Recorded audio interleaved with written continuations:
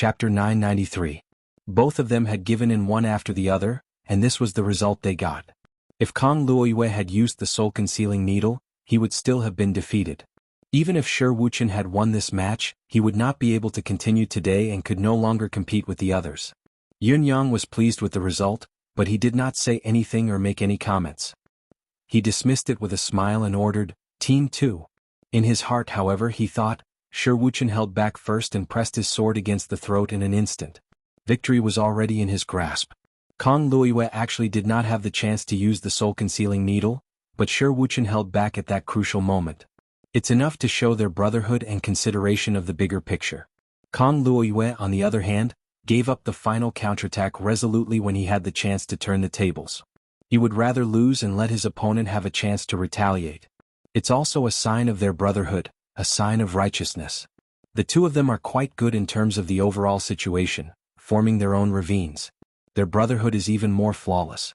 You can consider these two people to handle matters related to this aspect in the sect. Next, the battle between Shi Wuchen and Tai Qingcang in the second team was even more eye-catching. One of them was called the Young Master of Black Mist while the other was called the Golden-Armed Scholar. Based on their nicknames alone, perhaps 9 out of 10 people would think that both of them were the kind of people with delicate features and slim physiques. However, the truth was just the opposite.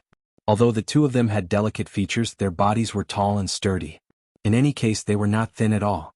As soon as the two men started fighting, they fought mercilessly, causing the ground to shake and the mountains to shake. It was even more spectacular than the battle between Shi and Kong. If the residents of 9 Supreme's mountain guarding formation was not really powerful, it would have collapsed from the impact of the two men in just a few moves. The young master of Black Mist was completely hidden in a cloud of black mist, but there was not a trace of treachery in his moves. Each of his moves was powerful and heavy. The golden-armed scholar that Yun Yang had been longing for finally appeared before his eyes. Tai Qingcang flipped his sleeves, his hands and wrists glinting in a golden light. It was an invulnerable style as he faced Shi Wuchen with his hands. Wherever his fists and palms passed, it was like a giant axe splitting a mountain. The god of thunder was enraged. Yun Yang's eyes were twitching uncontrollably. This scholar, this young master, every move, every move, every move, every move, every move, every move, the posture of a person who was not afraid of death. When the two of them met, it was as if they were old enemies from their previous lives coming together. Both of them were walking the path of absolute strength. When the battle reached a certain point, it was more straightforward. You use your sword, I use my hand. Everyone was facing each other head-on. There were no tricks or tricks at all. It didn't matter what kind of moves they used or what kind of movement techniques they used. All they did was boom, boom, boom, boom. Everyone watched with their mouths crooked and eyes slanted, and they were speechless. Golden light flashed and black mist rose. Finally, the young master of the dark mist was furious. What is your hand made of? How could it dent my heavy sword? I don't want to fight anymore. After saying those words, he admitted defeat and withdrew from the arena. Laughing, Tai Qingcang stretched out his golden hand and roared triumphantly, "This is my hand. Golden hand. Invincible." The spectators spat in unison, but when they looked at the two men again, their expressions were solemn. When the two of them were together, they fought fiercely, and the audience enjoyed watching them. However, if it was another person who fought against either of them, they would not have the confidence to win. This kind of fighting style was too wild, too extreme. How should they deal with it if they were to encounter it? Could their best skill deal with the opponent? Everyone was considering it with a slight frown. Obviously, they did not have much confidence. As the winner, Tai Qingcang strode away from the team and stood opposite Shi Wuchen, laughing. "Shi Wuchen, I'll beat you into a pile of meat later and let you live up to your name." Shi Wuchen sneered. "It's too early for you two." He snorted and turned his head away, completely ignoring Tai Qingcang's provocation. Yun Yang was deep in thought, thinking about how to settle these two men. Both Tai Qingcang and Shi Wuchen are the aggressive type, and they can be said to be brave generals. In the future, it will be their duty to charge and break through enemy lines, kill generals and seize flags. The war hall is the best choice. However, if we study their temperaments carefully, Shi Wuchen is rough but meticulous, and he has some inner beauty. Tai Qingcang looks rough and unsophisticated, but in fact he's a typical example of someone who pretends to be a pig to eat a tiger. Neither of them is completely brave. As Yun Yang fell into deep thought, the next team had already begun fighting. This time it was Ren Xingguang and Guan Yuanyang. Ren Xingguang used a sword and so did Guan Yuanyang. Swords were the most common weapons in the bounded universe. At least 6 out of 10 people would use swords, and half of the demiurge flawed 10 were swordsmen as well. However, there were differences in the use of swords. For example, Shi Wuchen and Ren Qingquang's swords belonged to the conventional style, while Guanyuanyang's sword was not only much narrower, it was also much longer. The sword's form was different and so were the styles. Ren Qingquang's fighting style was standard, his foundation evident in his simplicity, and was not inferior to Shi Wuchen's. However, it was not as if he did not have anything to rely on, as he yearned for Shi Wuchen's position as supreme sword. Guanyuanyang's fighting style, on the other hand, was bizarre and unpredictable. Ren Qingquang might not even counterattack once out of 10 strikes, but once he did, it would be a highly threatening and targeted ruthless move. Eternal Heaven's assassin lives up to his name. Yun Yang snapped out of his thoughts and watched the battle between the two men. It only took him a moment to figure out the key to the battle's outcome. Yun Yang quickly came to a conclusion. The two combatants were probably well aware of the outcome of the battle and had a rough idea of what was going to happen. Ren Qingquang's fighting style was open and straightforward, like a thunderbolt. He had displayed his swordsmanship to its fullest and was commendable. Guanyuanyang's counterattack was incisive, but he was an assassin after all. What he was best at was attacking from the dark and killing with a single strike. Therefore, there was basically no advantage to speak of in a head-on battle like this. If Guanyuanyang were to ambush Ren Qingquang in the dark, Ren Qingquang would never be able to escape Guanyuanyang's fatal strike with external factors and his strategy. However, when it came to a head-on battle, Guanyuanyang still had the ability to fight, but the difference in their strengths would grow as time went on. Eventually he would be defeated. Ren Qingquang has comprehended sword will as well. His actual ability is on par with Shi Wuchen's.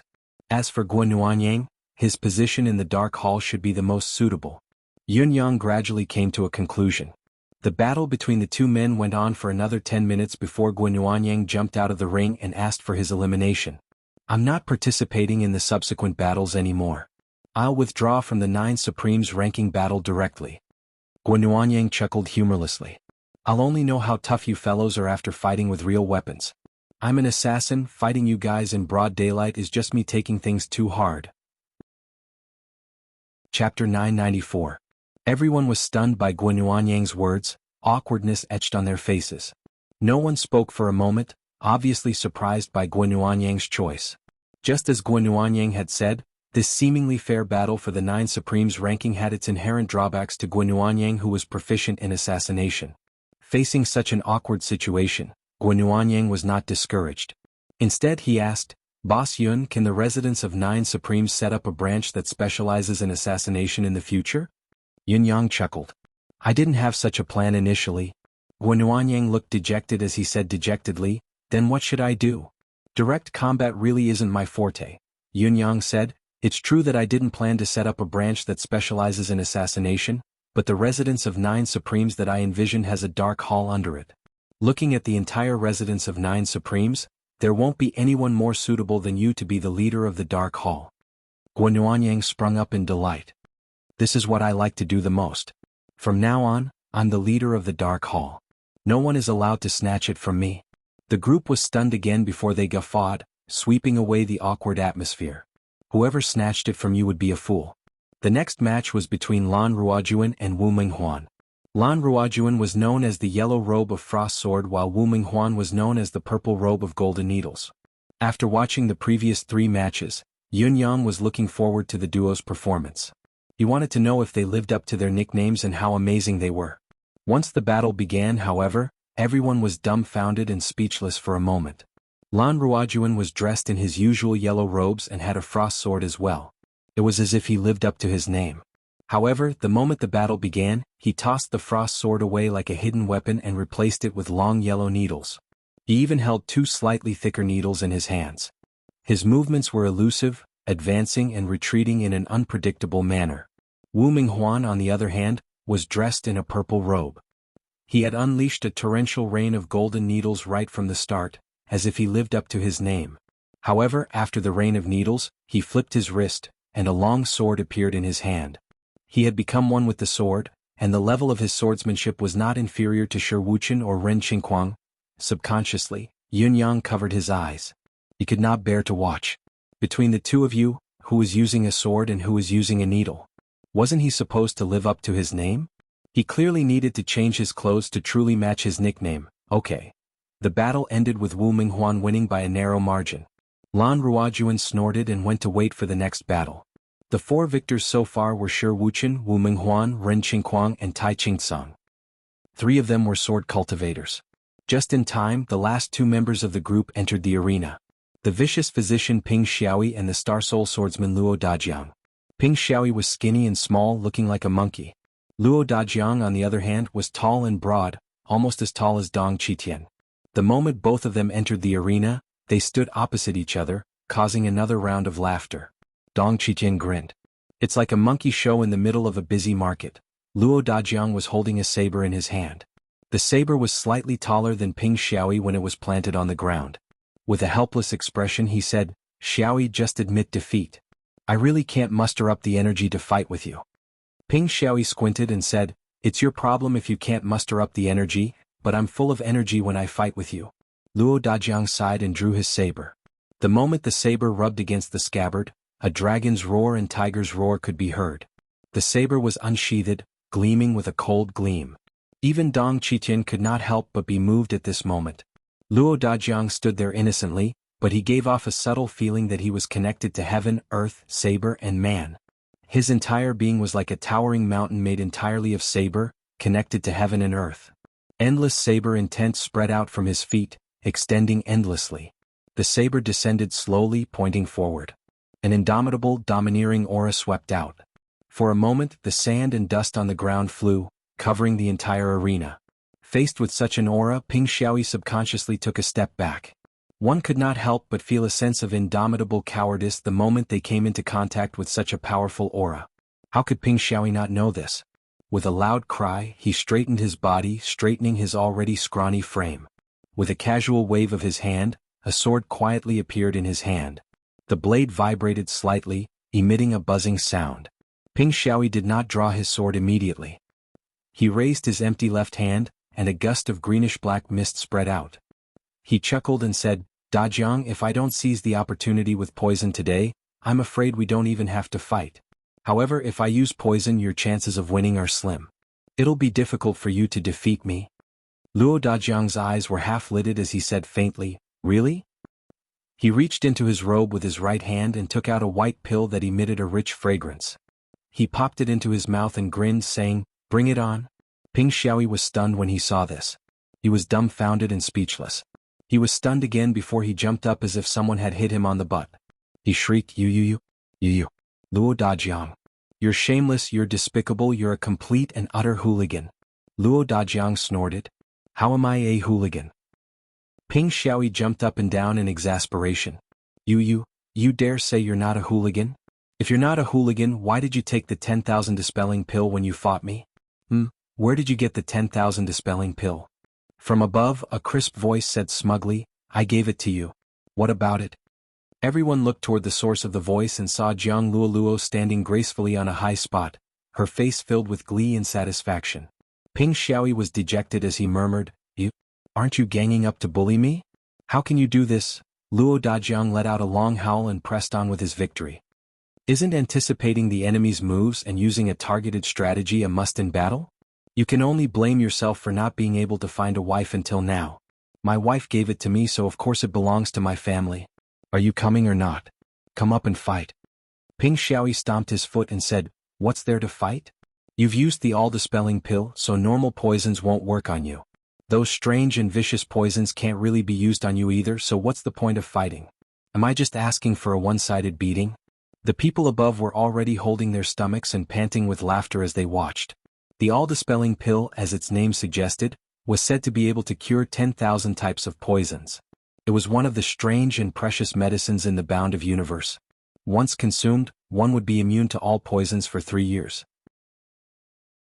Chapter 995. Luo Dajiang swaggered. "Can't you just say it? Are you going to fight or not?" "I admit defeat."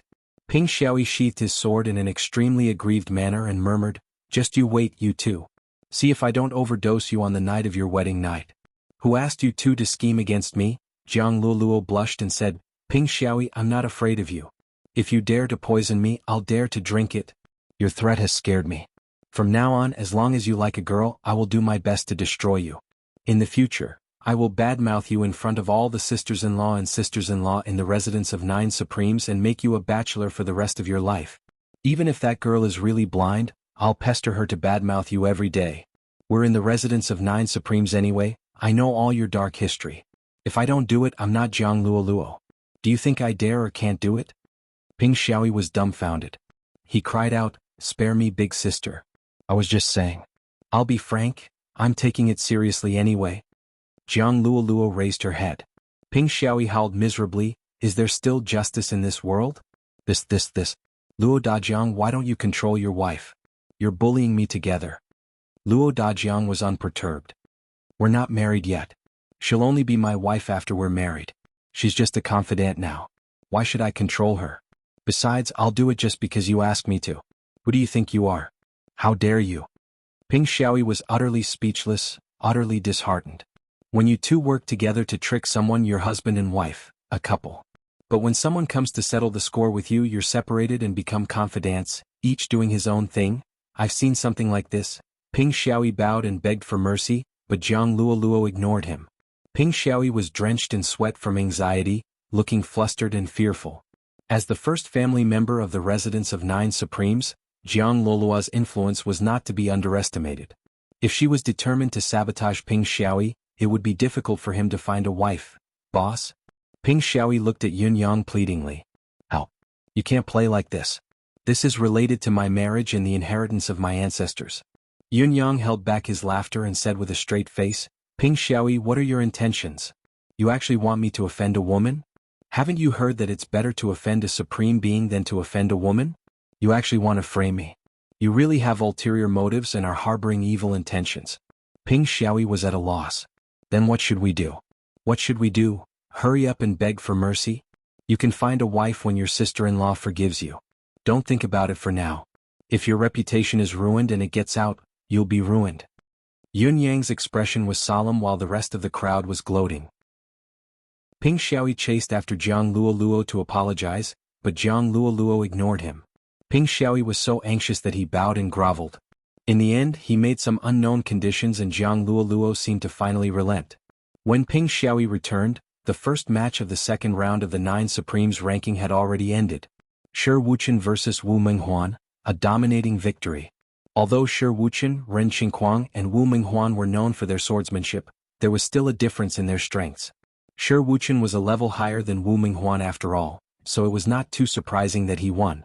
It was short and concise. As the matches went on, it was finally time for the final battle. Shi Wuchen vs. Luo Dajiang. To be honest, Yun Yang was not surprised that Shi Wuchen could make it to the end, but he did not expect Luo Dajiang to make it this far as well. The 5 people who won were roughly on par with each other in terms of cultivation base. Among them, Shi Wuchen might be the strongest, but it was only by a hair's breadth. It was not an overwhelming advantage. In every battle, the strategies and tactics used were crucial to victory and defeat. Shi Wuchen's consecutive victories were by no means a fluke. Luo Dajiang, on the other hand, had an unusual tenacity that was more resilient than Shi Wuchen. He grew stronger in the face of strong opponents and never showed weakness. Moreover, he grew braver the more he fought, giving off the feeling that the brave would emerge victorious in a narrow path. As a result, they overcame all obstacles and advanced triumphantly to the final battle. Now the two men stood facing each other. Even Dong Qitian was unprecedentedly cautious, paying full attention to the field. Among the two people in the field, one was a king of swords, the other an overlord of sabers. Neither of them was mediocre.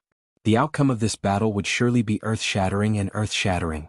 The reality was as expected. Shi Wuchen was determined to win the position of the residence of 9 Supreme's second Supreme. Luo Dajiang, on the other hand, had emerged as a dark horse, looking as if he was the best candidate for the position. Therefore, the clash of auras between the two men had already left the crowd dumbfounded and aghast. Jiang Luoluo, who stood behind Yun Yang, looked nervous.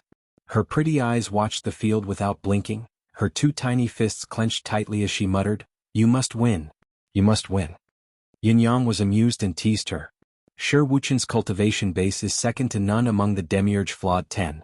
Luo Dajiang most likely won't win. "I'm afraid your wish will be dashed, Miss Jiang." Jiang Luoluo glared and pouted. "I thought you were a good person. I didn't expect you to be so evil." Shall we make a bet? Yin Yang asked, what bet? What about the stakes? Jiang Luoluo said, if Luo Dajiang wins, you give me a piece of ethereal amethyst. What do you think? What if Shi Wuchen wins? Yin Yang asked. Jiang Luoluo rolled her eyes and said, I'll be your brother's wife as a punishment. You won't lose out on this deal, will you? I've only bet my entire life on a piece of ethereal amethyst. You're the one who's getting the better end of the deal, aren't you? Yun Yang smiled wryly, rubbing his nose. This girl really knew how to make a deal. She had to at least use her bare hands to make a deal, but she did not even use her hands. That won't do. Yun Yang shook his head and said, there's no such way to bet. Jiang Luoluo said, how about this? When your wife comes in the future, I won't say anything bad about you. Otherwise, when she comes, I'll tell her that you always tease your brother's wife, and that I'm one of the victims, just one of the victims. Yun Yang was dumbfounded, completely defeated. Yun Yang finally understood the girl's valiance. He was full of admiration for her and smiled wryly. All right. As you wish, I'll bet. Chapter 996. Dong Qiqian looked askance at Yun Yang and cursed inwardly, dumb bird. You can come and chat with this old man if you're bored. Why do you have to provoke women? Don't you know that women are the most unreasonable creatures in this world? They're the only ones. Dong Qiqian coughed and said, I still remember the legend that the former lord of the East Celestial Palace was asked by a friend to give him two choices. One was to reason with his wife, and two was to fight the demon emperor. He was asked to choose either option. He said slowly, reasoning with his wife is just a matter of words, but fighting the demon emperor is a battle of life and death. There's a huge difference in difficulty. But do you know how he chose? Yin Yang was intrigued. How? Dong Qiqian said, the Lord chose to fight the demon emperor without any hesitation. And the last battle was really fought. Yun Yang was sweating profusely. He was sweating like a waterfall. That senior is truly a role model for our generation. At this moment, the hum of a sword and the hum of a saber rang out at the same time. The unity of man and sword. The unity of man and saber. As soon as the two of them made their moves, they both displayed their trump cards at the same time. Shi Wuchen has comprehended sword will and has reached the realm of having nothing else but his sword. Dong Qiqian looked at the battlefield and said, he's not far from the level of comprehending the heart of the sword. What about Luo Dajiang? Luo Dajiang's level is about the same. Dong Qiqian said, his saber will encompasses his entire body and has nothing else but his saber. Although he didn't comprehend much about the heart of the saber and didn't even go that way, he has comprehended something else. That is, there's nothing in this world that can't be used as a saber. It doesn't matter who wins or loses this battle. The only thing that matters is, as long as these two people can continue to walk on this path, and they don't die prematurely, then the bound of universe will give birth to a true sword emperor and saber emperor once again. As the battle progressed, the two men in the field were gradually getting serious. Shi Wuchen and his sword turned into a murderous autumn wind, accompanied by the autumn rain, frost and dew. The autumn wind, the autumn rain, and the autumn dew filled the field. At this point in the battle, he had already used the tri-autumn swordplay 7 or 8 times. The sword intent became more and more bleak, more and more like the chill of autumn. Basically, every time it was used, it would give birth to a completely new understanding. As the 3-autumn sword technique continued to be used, the bright and beautiful spring was gradually dyed into a bleak autumn. Shi Wuchen's state of mind grew colder and colder as he unleashed his sword will, but his sword light grew smoother and smoother. His face was filled with a desolate and excited murderous intent. On the other hand, Luo Dajiang, on the other hand, maintained the strategy of attacking steadily and surely. He was like a towering mountain, unshakable, but he was not just defending without attacking. Once he switched to attacking, he was like a raging wave, indomitable and unyielding. Dong Qiqian watched the scene attentively and could not help but sigh softly. What is it? Yin Yang asked. Dong Qiqian said faintly, Shi Wuchen has already comprehended the true essence of the sword and is stepping into another stage. However, the stage he's stepping into now is the wrong path, a path that he can only look at but not reach. Even if he manages to step on it, it'll be difficult to turn back and there'll be endless troubles in the future. Yin Yang was speechless. Although Yun Yang's judgment was impressive, his experience was still miles away from Dong Qiqian's. That was why he was puzzled by Dong Qiqian's comment. In Yun Yang's opinion, Shi Wuchen had already gained the upper hand and was slowly steering the battle to his side. His chances of winning were very high, But why was it a terrible situation in Dong Qitian's eyes? Just based on this battle alone, the outcome is already clear. Shi Wuchen will win without a doubt. Dong Qitian said, because he has comprehended his own heart of the sword in this battle. There's no doubt about it. In spite of this, both sides have embarked on two completely different paths in this battle. After this battle, the main thrust of Shi Wuchen's sword intent is to abandon everything in this world and be loyal only to the sword, then to the residence of 9 supremes and nothing else. Luo Dajiang is different. Other than being loyal to the saber and the residence of 9 supremes, he's also loyal to himself, to his brothers, to his friendship, to his family, and to his ties. Dong Qitian sighed softly. Yun Yang was silent for a moment before he said in a low voice, I kind of understand what you mean. Is it because Shi Wuchen's current sword realm is too extreme that even if he gains a momentary advantage, the consequences will be far-reaching? But Luo Dajiang doesn't have such a worry? Looking at the intense battle between the two men, Dong Qitian said, yes. This difference lies in the difference in the nature of these two men. Is it really that serious? Loyalty to the sword and the residence of 9 supremes? There's nothing else besides that. There doesn't seem to be anything bad about it. Why is it that it's hard to turn back from the past and leave lasting consequences? Yun Yang asked. Whether it's good or bad depends on the person, and the wise man will understand it on his own. Dong Qitian smiled. Some people have selfish motives, some don't. Some live for their ideals, some live for reality. It's just a difference in perspective. There's no difference in superiority or inferiority. Living for ideals usually doesn't lead to a good ending, but living for reality allows one to experience life's various forms and achieve greatness. Dong Qitian said, the reality I'm talking about here isn't selfishness. Do you understand this? I do, Yun Yang answered. Shi Wuchen as a swordsman should be loyal to the sword, but he's too obsessed with it. That's biased. Going too far is as bad as not going far enough. In other words, he successfully entered the world of the sword, but he's immersed in it and can't get out. After a long time, how can it not be hard to turn back from the past and leave endless consequences? A true expert must know when to advance and when to retreat to be at ease. This is the best state to reach the peak. Dong Qitian said. Yun Yang murmured, he walked into the world of the sword but he can't get out. He's obsessed with the sword. He felt that he seemed to understand a little, but there were still many things he did not understand. Dong Qitian smiled and said, it's not necessarily a bad thing that you don't understand now. However, if you can comprehend something from this, it'll be the best. Dong Qitian stood with his arms behind his back after he finished speaking, his gaze distant. After a while he said slowly, back then there was a custom in my hometown. Whenever someone died in the village they had to hire someone to play the suona. In our village there's an old man called Old Uncle Chin. He's especially good at this kind of suona instrument. His first song makes people cry and the second he plays it, it's heartbreaking. No matter which family holds a funeral, Old Uncle Chin is always invited. As soon as he arrived, the atmosphere, which was originally only 30% sorrowful, became 10% sorrowful under his playing of the suona. The wailing of ghosts and the howling of gods was nothing difficult. As he spoke of the past of his hometown, Dong Qitian's face showed a rare hint of gentleness and nostalgia. His gaze was distant, as if he had returned to the small mountain village of the past, the place that he yearned for day and night. Thousands of years had passed. It had been so long since he had gone back. He turned to ask Yin Yang, have you heard of the suona being played at a funeral? Yin Yang was confused. Of course I have. It's the same custom in the empire of Yutong. As long as one's family has some wealth, they'll hire someone to play the suona to send them off during the funeral. It's probably the same in the Tianshan continent where I'm from. Dong Qitian nodded in relief. I've heard that the bound of universe and another realm came from the same source. It looks like the fundamental customs and traditions of both realms are the same, even though there's a clear distinction between the cultivators of both realms. Back then there was a child called Wuging in our village.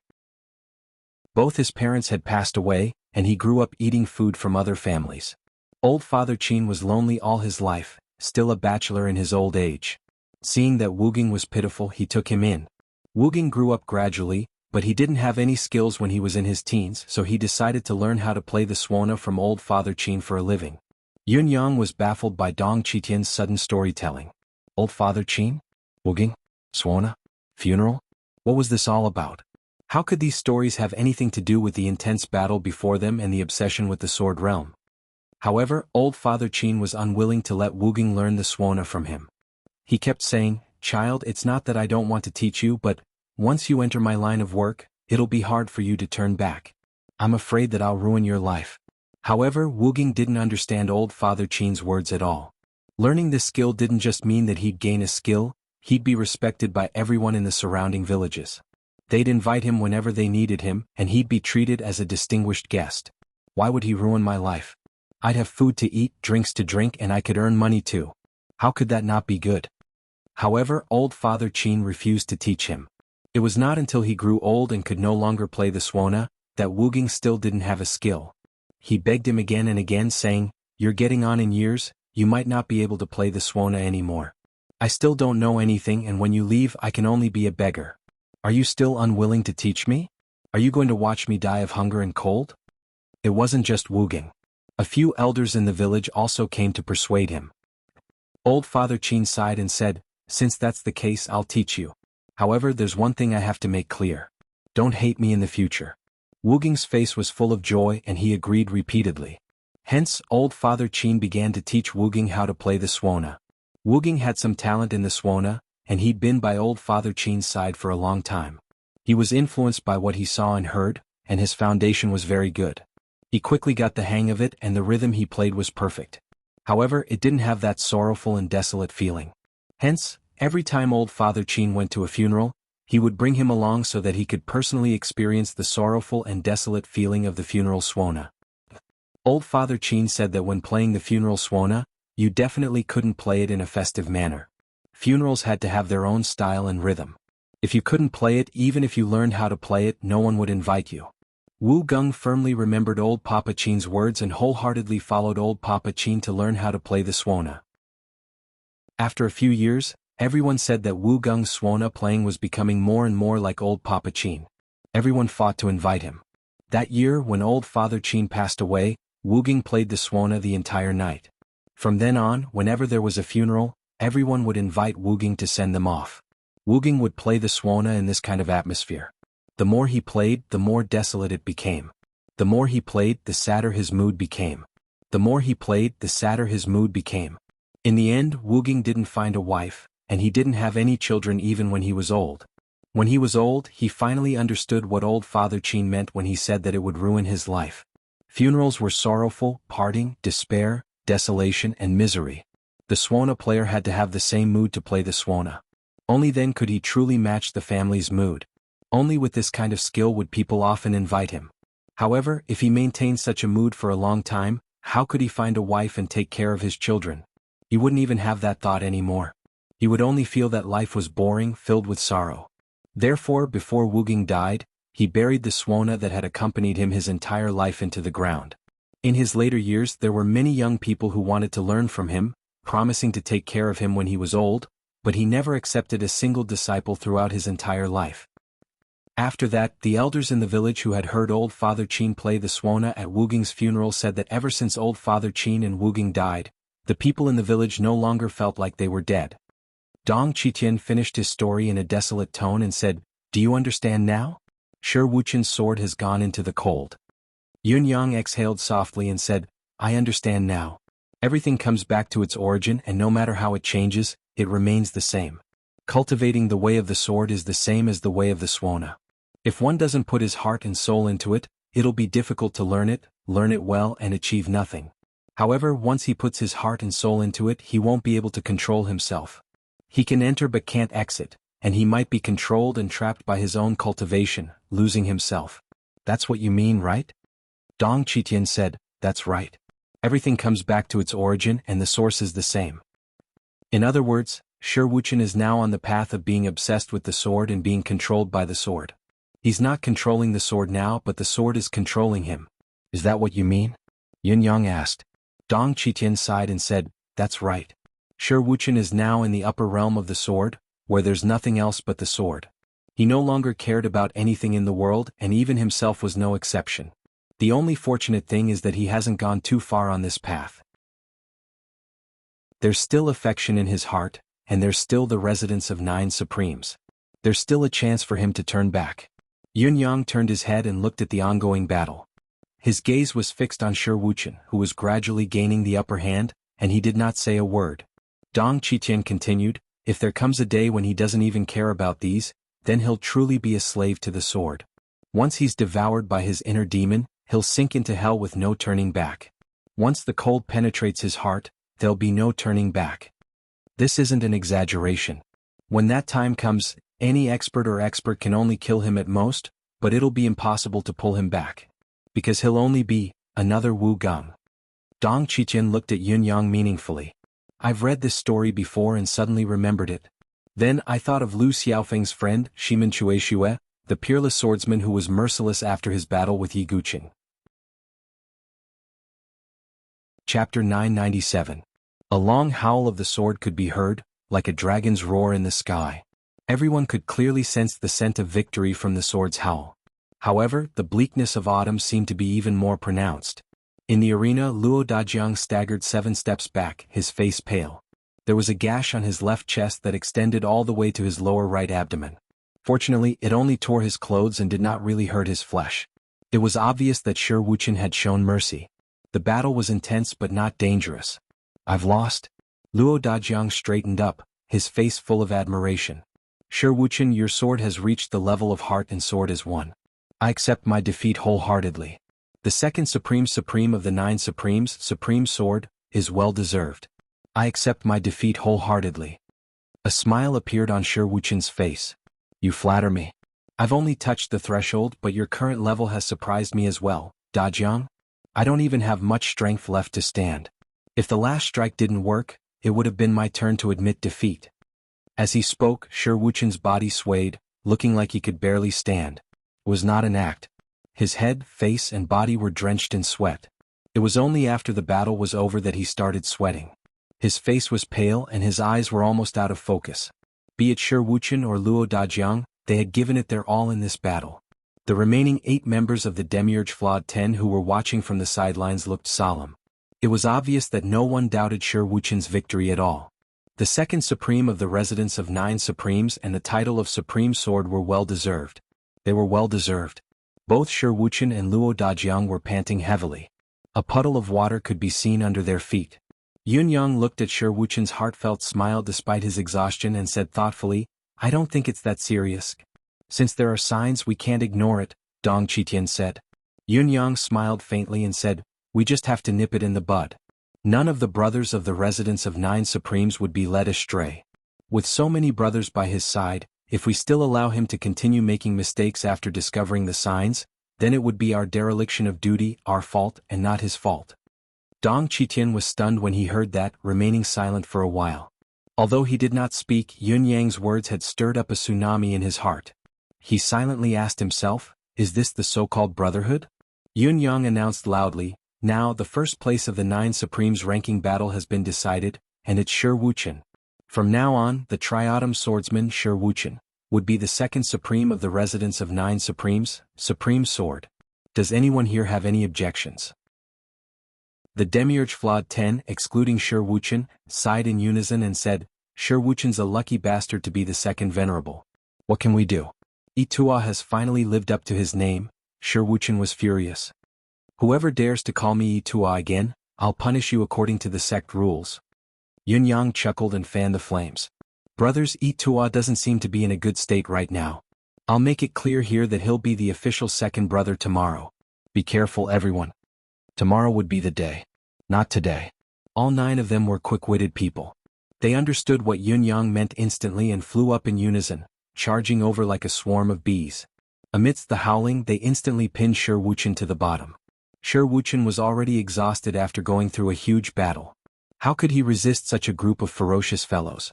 He could only endure and allow himself to be at the mercy of others. With a cry, he was pinned to the bottom. At that moment, he felt as if he had been squashed out of his body. Even his voice had changed. I'm going to punish all of you with the sect rules. Help?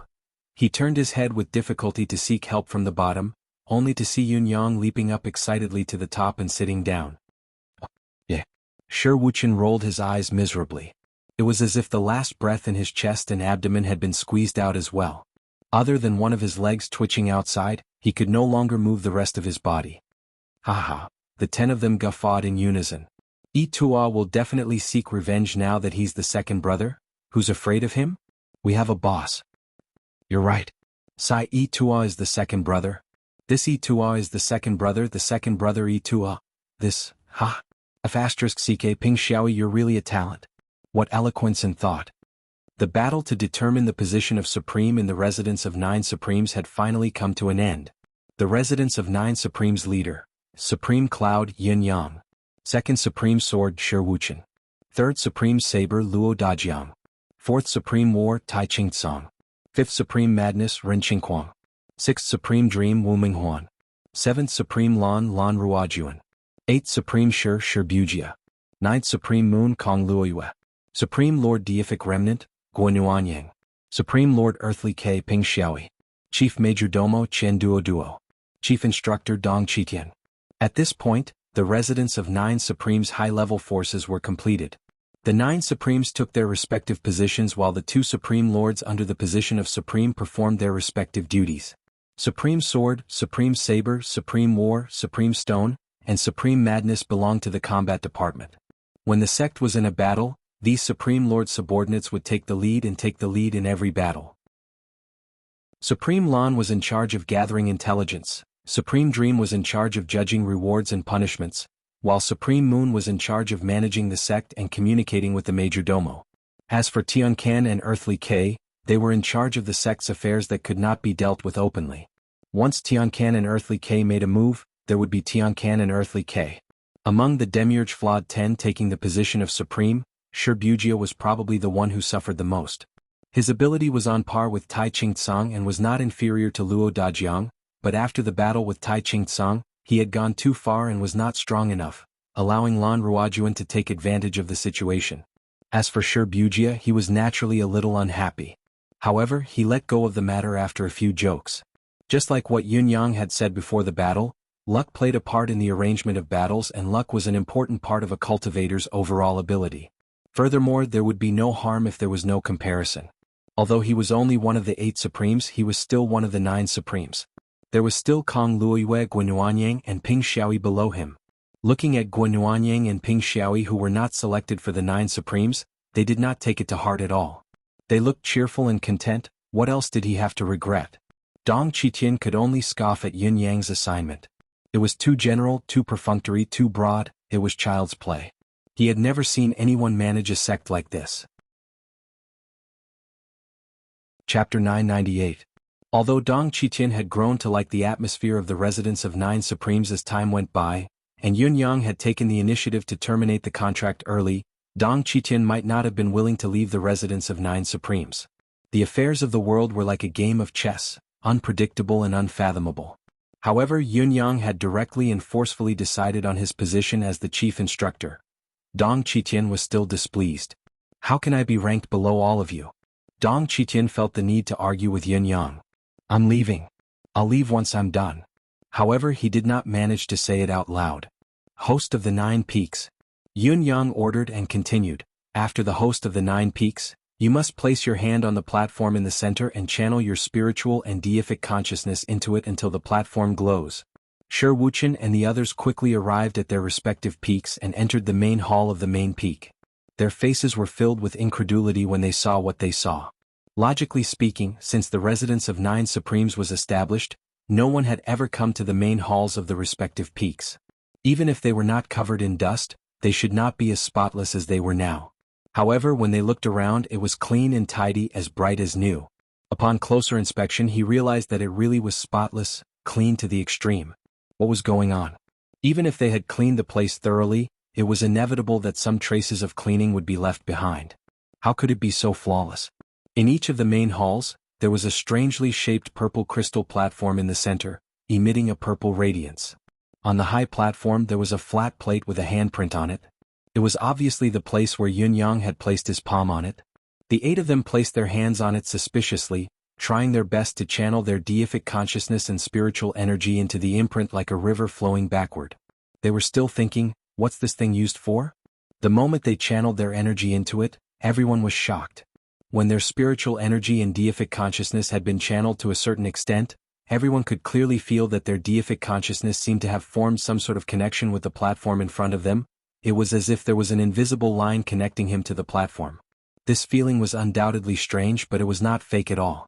Just as this feeling appeared, the amethyst platform in front of him suddenly emitted a purple light. It became brighter and brighter, gradually sweeping out. Slowly, the entire mountain was enveloped in a layer of purple mist. After a while, the boundless purple gas drilled into the bodies of the 8 people. In an instant, it disappeared without a trace. The 8 of them opened their eyes in shock, only to discover that there was nothing in front of them. Where was the amethyst table? There was nothing in front of him except the smooth, mirror-like ground. That's strange. Is it magic? Everyone felt their scalps go numb. At this moment, all 8 of them heard Yun Yang's voice at the same time. Did all of you hear that? The 8 of them subconsciously jumped up at the same time. Boss. Where was Boss? How? There's no need to look around and there's no need to make a fuss. Yun Yang's voice continued to ring in their minds, communicating directly with their primordial spirits. This is the biggest secret of our residence of 9 Supremes. Only the 9 Supremes are qualified to know and enjoy it. No matter where you are, as long as you're still breathing, you can use this secret to communicate with each other. Yun Yang's voice rang indifferently. This is the top secret of the residence of 9 Supremes. No one is allowed to know about it. At this point, Yun Yang's voice stopped ringing. However, these few words had stirred up a storm in the hearts of Shi Wuchen and the others, and they could not calm down for a long time. The residents of 9 Supremes actually had such an almost nature-defying ability. They could communicate with each other at any time, anywhere, to exchange information and to exchange what they needed. This was too domineering. One had to know that the most difficult thing to do in the martial world today was none other than the problem of communication. Unless it was a high-class celestial luck banner or above, only the palace-level high-ranking officials were qualified to use the communication jade to exchange information. Those who could use it freely were at least at the level of the East Celestial Palace. As for those below, they might not even be able to afford the cost of a communication jade. In fact, they did not even have the cultivation base to use the communication jade. However, the residents of 9 Supremes, a sect that did not even have a lower-class celestial luck banner, could solve this insurmountable problem so easily and effortlessly. This was not just nature-defying, it was simply, there was no way to describe it. In short, it was too freakish, too demonic, too inhuman. Even if they were separated by thousands of mountains and rivers, they could communicate whenever they wanted to. They did not even need to use any spiritual energy, and they could chat whenever they wanted to. What a pleasant surprise it was. However, there were even more pleasant surprises that came one after another, each higher than the last, crashing into the newly promoted 9 Supremes. Before they could calm down from their excitement, everyone was surprised to find that their cultivation seemed to have increased, and it had increased by a large margin.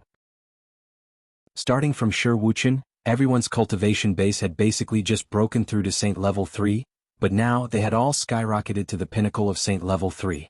The speed of advancement was not only stupefying but also baffling. Since the beginning of time, there had never been such a rare, strange, and inexplicable event.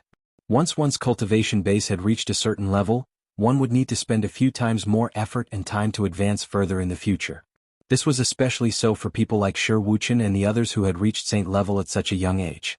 If they wanted to advance further in the future, which one of them did not have to rely on the accumulation of years and endless hard work?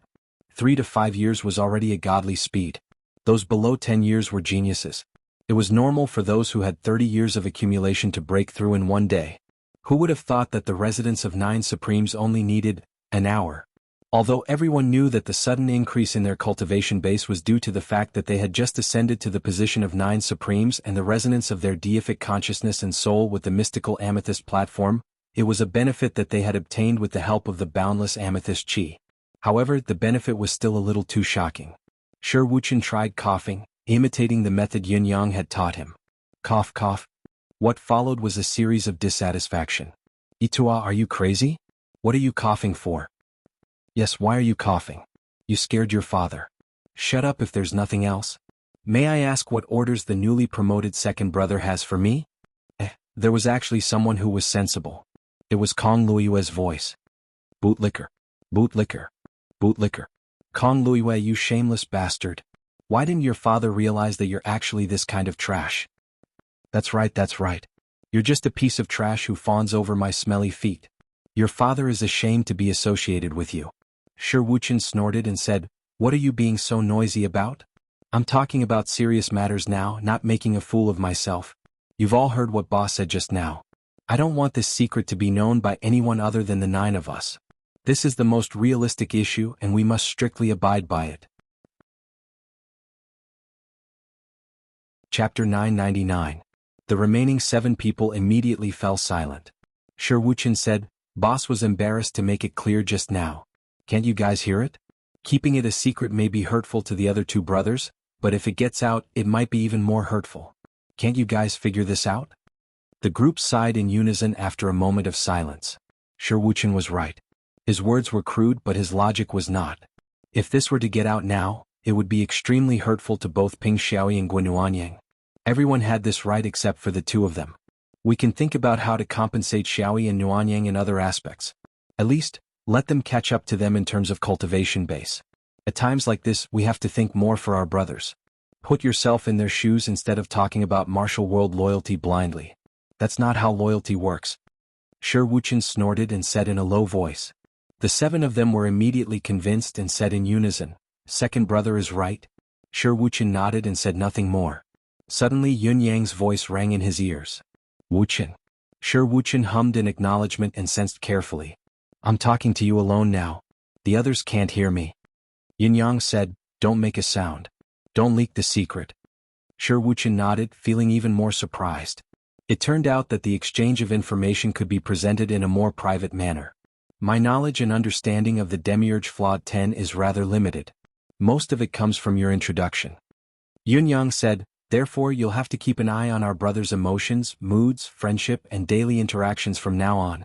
I hope to be brothers with all of you for life. It's definitely not a short-term collaboration." Yun Yang said, "Wuchen, your task is rather arduous. It's a long way to go." Shi Wuchen felt a great sense of responsibility pressing down on his heart and body. For a moment his heart felt heavy. He said, "Don't worry, boss. As long as I, Shi Wuchen, am here, I guarantee that we brothers will never fall apart."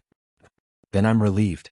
Yun Yang reminded him, "Think of your brothers more if you encounter anything in the future, especially everyone's feelings. You don't just have a sword, you have us too. Don't forget." "I understand. How could I forget?" Shi Wuchen answered seriously. Yun Yang did not speak anymore, the hidden stillness in his heart finally relaxing a little. According to Dong Qitian, Shi Wuchen had only just stepped onto the wrong path. There was still a long way to go before he reached the so-called path of no return for the Sword Devil, where he had nothing else but his sword. If he continued down this path, there would be a day when he would step onto the path of a single man. However, if from now on he was to be more responsible for the Brotherhood and experience more of the Brotherhood, how could he be a lone man? At that time, even if he wanted to abandon his sword and have nothing else, it would be very difficult to do so. Anyway, you, Shi Wuchen, are the second supreme, the second most important person in the residence of 9 supremes. If you don't take responsibility for such an important matter, who will? As long as this layer of shackles hung in his heart, even if Shi Wuchen wanted to be merciless, his future path would not be cut off. Dong Qitian, who was still in the residence of 9 supremes, could clearly feel the subtle change in the spiritual qi. The originally abnormally rich spiritual qi atmosphere suddenly doubled again. There were even wisps of purple qi swirling in the air within the residence of 9 supremes now. Although the purple qi was weak and almost undetectable, the majestic qi of Tao was real, and it entered the eyes of an expert like Dong Qitian. Delighted, Dong Qitian mobilized his deific consciousness, intending to observe and identify it carefully. However, the faint purple qi only flowed for a moment before it dispersed and could no longer be found. However, Dong Qitian discovered another shocking fact. The purple qi had a fixed amount. The number of people in the residence of 9 supremes now corresponded to the amount of purple qi. Each faint wisp of purple qi found a person's body precisely and quietly melted into it. Countless disciples of the residence of 9 supremes felt nothing. At most, they felt a little more invigorated, but they did not understand what was going on. However, all the high-level cultivators seemed to have been enlightened, and they were inexplicably shocked. What was going on? Among them, Dong Qitian's feeling was the most obvious. At that moment, he acutely felt that all the muscles, bones and meridians in his body had relaxed considerably. The impurities that had accumulated in his meridians for so many years rippled slightly as the faint purple qi entered his body. His own cultivation also advanced a little because of the purple qi entering his body. With Dong Qitian's actual cultivation base, This small step was almost equivalent to 10 years of hard work by the Demiurge Flawed 10 and the others. It was not an easy feat. It's a newly established sect that doesn't have the celestial luck banner to increase its providence. How could it have the Qi of Tao? Dong Qitian was so shocked that he almost fell to the ground. This aura. It has to be at least a palace sect. No, even a palace sect doesn't have it. His deific consciousness spread out instantly, engulfing the entire residence of 9 Supremes, intending to confirm the situation. With a single glance he was astonished once more.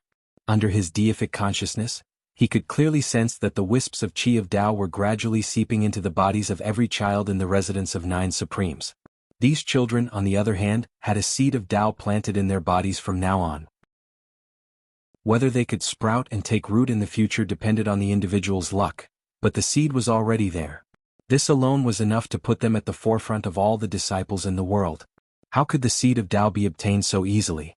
Those who were fated with it had to go through countless hardships and hundreds and thousands of years of cultivation, going against the natural order, in order to seize a tiny bit of it from heaven's Tao and grow stronger.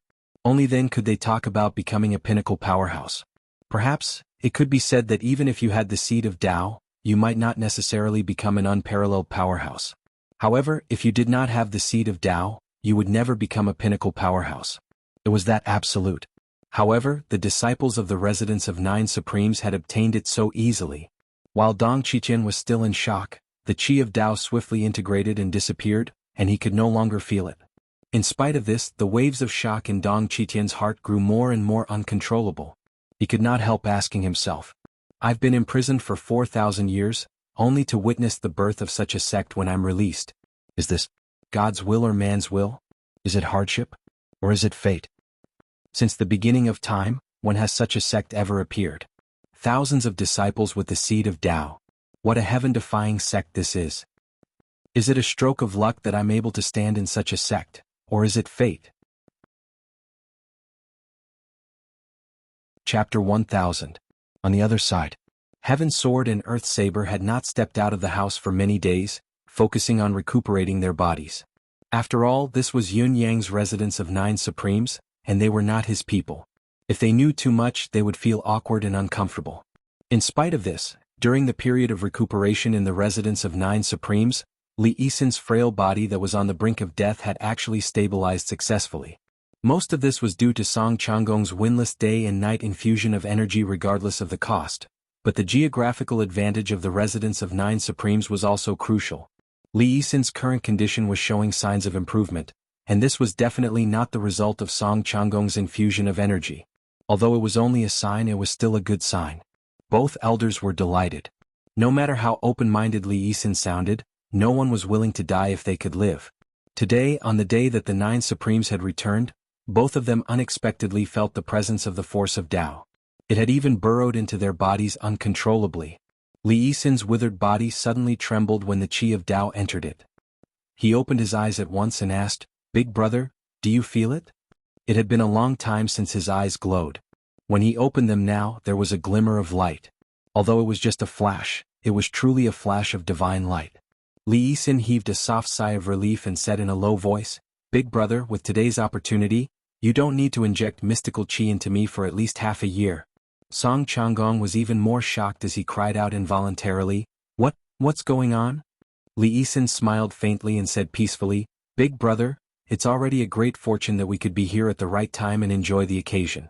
There's no need to pursue the other reasons. It's better not to know." He said slowly, "If the Commerce League asks about this in the future, are you going to tell us or not?" Song Changgong laughed. "You're right, brother. It's better not to know." He then closed his eyes and focused on recuperating and cultivating, completely dismissing the thought of going out.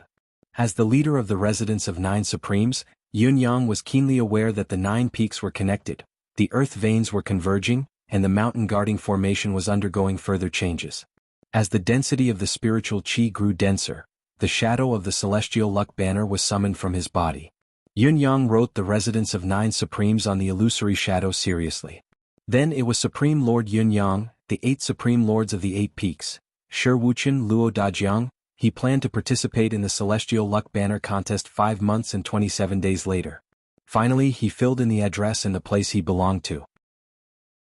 Then he used his finger to draw a line on his left hand, and a drop of blood dripped onto it. Blood essence irrigation. The celestial luck banner suddenly lit up and emitted a flame-like brilliance. With a soft whooshing sound, the words on it disappeared without a trace. The celestial luck banner returned to its illusory form. After a while, the image of the celestial luck banner changed again, and 3 large words slowly appeared. It has been recorded. Yun Yang watched the 3 words appear until they disappeared before he stood up slowly. I'll go take a look at my disciples. The expedition has begun. A total of 99 disciples were selected this time. Each peak was given 10 of them, so there were 19 people left. These 19 children naturally stayed in the central peak and became Supreme Cloud's disciples. The disciples of the Supreme Central Peak were slightly more than those of the other peaks. This was also the practice of every sect. The 19 children who were confirmed to stay in the central peak were lined up neatly, their faces half anxious and half excited as they waited for their sect leader to receive them.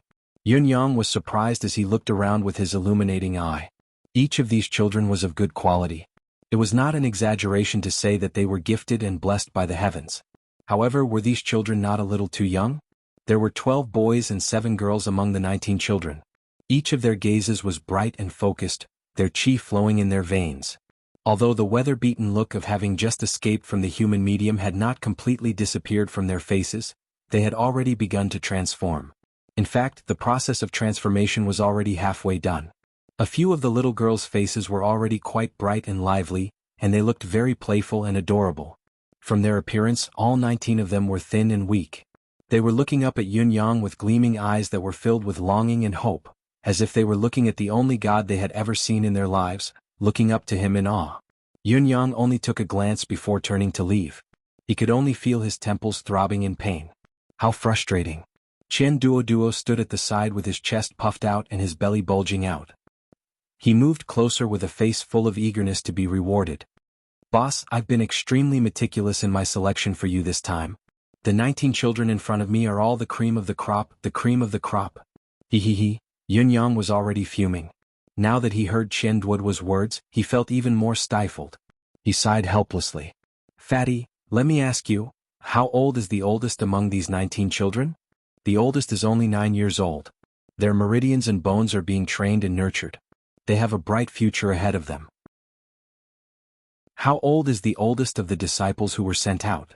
About 14 or 15. Although they are all extremely talented, they're still lacking compared to yours. Huh. Fatty, this is the central peak. Yun Yang looked at little Fatty like he was looking at a retard. Do you know? Of course I do. This is the central peak. Fatty looked puzzled, unable to comprehend the situation. The disciples of the central peak must have a senior brother of the sect in the future. Don't tell me you don't know this? Yun Yang had the urge to suck the fat fellow's oil out and light him up as a sky lantern. Of course there is, of course. How can I not know? Little Fatty nodded, looking confused. He did not know what Yun Yang meant. But the disciples you picked for me are clearly younger than the other disciples, okay? How do you expect me to choose the eldest senior brother of the residents of 9 Supremes? Yun Yang rubbed his temples and suddenly exploded. Can't you grow some brains? Grow some brains? Sigh. I've forgotten about that. Little Fatty was speechless. The fact that they are younger is secondary. This is not an urgent time, so there's still room for negotiation. But now, do you know when it is? The battle of the Celestial Luck Banner is just around the corner.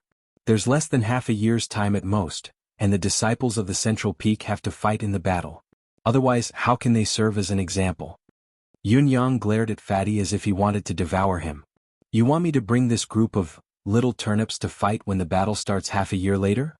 Master Jin Yong has passed away. Chapter 1001. Little Fatty was at a complete loss. This? His eyes darted around, finally realizing that he seemed to have gotten himself into big trouble. Should I ask them for a few older ones? They're all disciples, it doesn't matter if I change them. Do you think this is child's play? Yun Yang's spittle kept little Fatty from opening his eyes. I'm the leader of the sect, the supreme in charge, and I'm going to find someone else to change them when I feel that my disciples aren't good enough? Where's my face? If you're shameless, I'm shameless too. How am I going to manage the sect in the future? Little Fatty's eyes were wide open in confusion. What do we do then? We have to solve it no matter what. What do we do? Nothing. Yun Yang rolled his eyes exasperatedly, thinking that he had been tricked badly by this fatty this time. Little fatty had kept a batch of disciples with the best aptitude for himself. Of course, it was out of good intentions, but doing so would only serve as a source of gossip. These disciples were younger than the other disciples, so it would be difficult for them to be of use in the short term. That was the real problem. When the sect was gathering, others would bring their disciples in large groups while he, the leader of the sect, would bring a group of children. When others' disciples could be put to use, his own disciples could only watch from the sidelines. What a freaking situation it was. This situation would not improve for at least 3 to 5 years.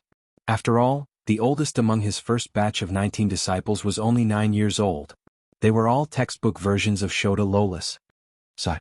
Yun Yang sighed from the bottom of his heart. Other than sighing, he really did not know what else to say. Unexpectedly, Dong Qitian's dissatisfied voice rang in his ears. What are you sighing for, child? If you're not satisfied with them and are unwilling to take them as disciples, you can transfer them all to me. This old man doesn't mind their aptitude, or their age. Dong Qitian had wanted to say that they were not gifted, but his conscience prevented him from lying through his teeth. In the end, he attributed the problem to their age. Yun Yang almost spat blood. Boss, are you saying that they're not old enough? Although it's indeed an issue of their age, the real problem that needs to be solved isn't here. Dong Qitian snorted, his tone full of disdain. The 19 children's excitement was long gone, leaving only anxiety. Why did their leader go back in after coming out? Why doesn't he look happy? Could it be that you're not satisfied with us? But it was clearly the chief manager who jumped out one by one.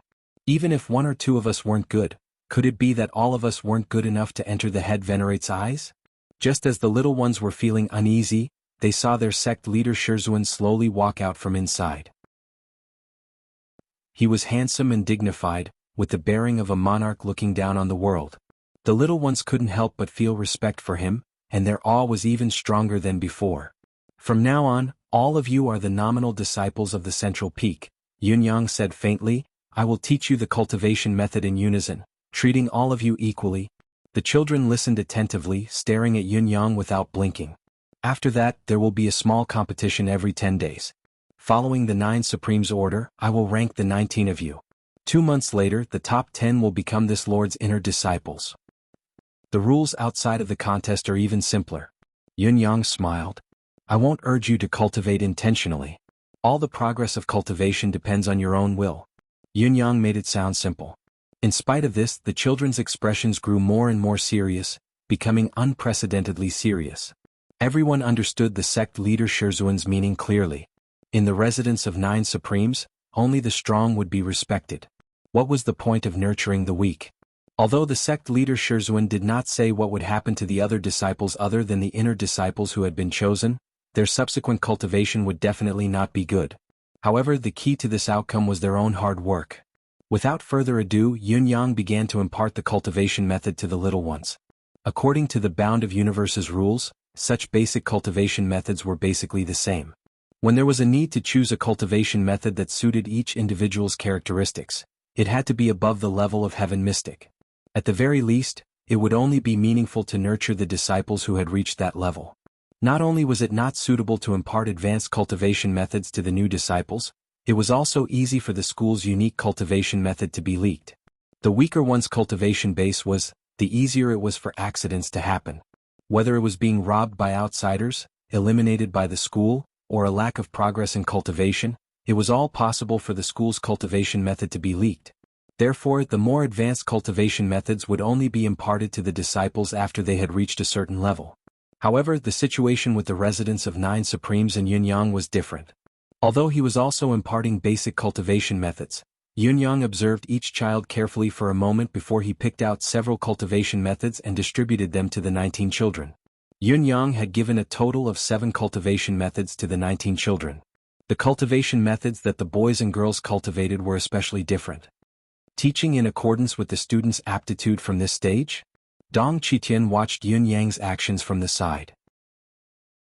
His heart skipped a beat as he was inexplicably shocked. Teaching in accordance with the students' aptitude was easy to say, but it was extraordinarily difficult to actually do it. Everyone's foundation, meridians, talent, aptitude, personality, and temper were all different. It was easier said than done to accurately grasp them. However, Yunyang had done it the first time he met these children. It was a grand gesture and an astonishing boldness. I'd like to see if your teaching in accordance with the student's aptitude is a random arrangement or if it's really true. Then Yunyang spent the entire day teaching the basic cultivation method as well as a set of movement skills, a set of footwork, a set of palm skills, a set of fist skills, a set of sword skills, and a set of saber skills to the children. Of course, other than the movement skills and footwork that were taught uniformly, the palm, fist, sword, and saber forms were taught in accordance with the student's aptitude. Each had its own emphasis. After a day and a night like this, when he looked at these children again, he was surprised to see that every one of them had practiced to a decent level. Although it was just a stance, there was no substance to it. The result was enough to make Dong Qitian and Qian Duo click their tongues in wonder. In cultivation, every set of movement, sword, and fist forms had its own requirements. Each move and style had to have at least a certain degree of precision. They were all things that had been passed down through thousands of years of practice, so there was almost no room for change. If one's wrist was raised or lowered by an inch, the distance between one's feet was wider or narrower when one took a step. If one's shoulders were a little higher or a little lower, if one's gaze was a little off, all of these would result in the difficult mastery of this technique. The slightest difference could lead to 1,000 miles of difference.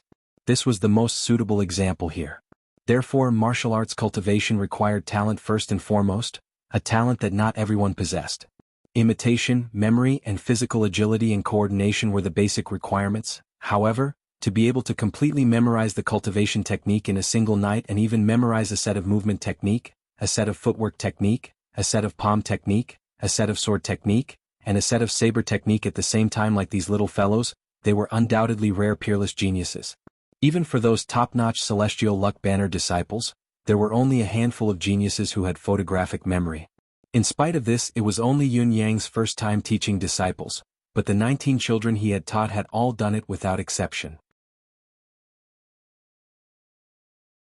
Chapter 1002. Young Yun, how did you do it? I don't believe that these children are all geniuses who have photographic memory and can remember everything they hear. Dong Qitian's eyes were about to pop out of their sockets. It's really not my credit. At most, I've imparted the cultivation methods and techniques as meticulously as possible.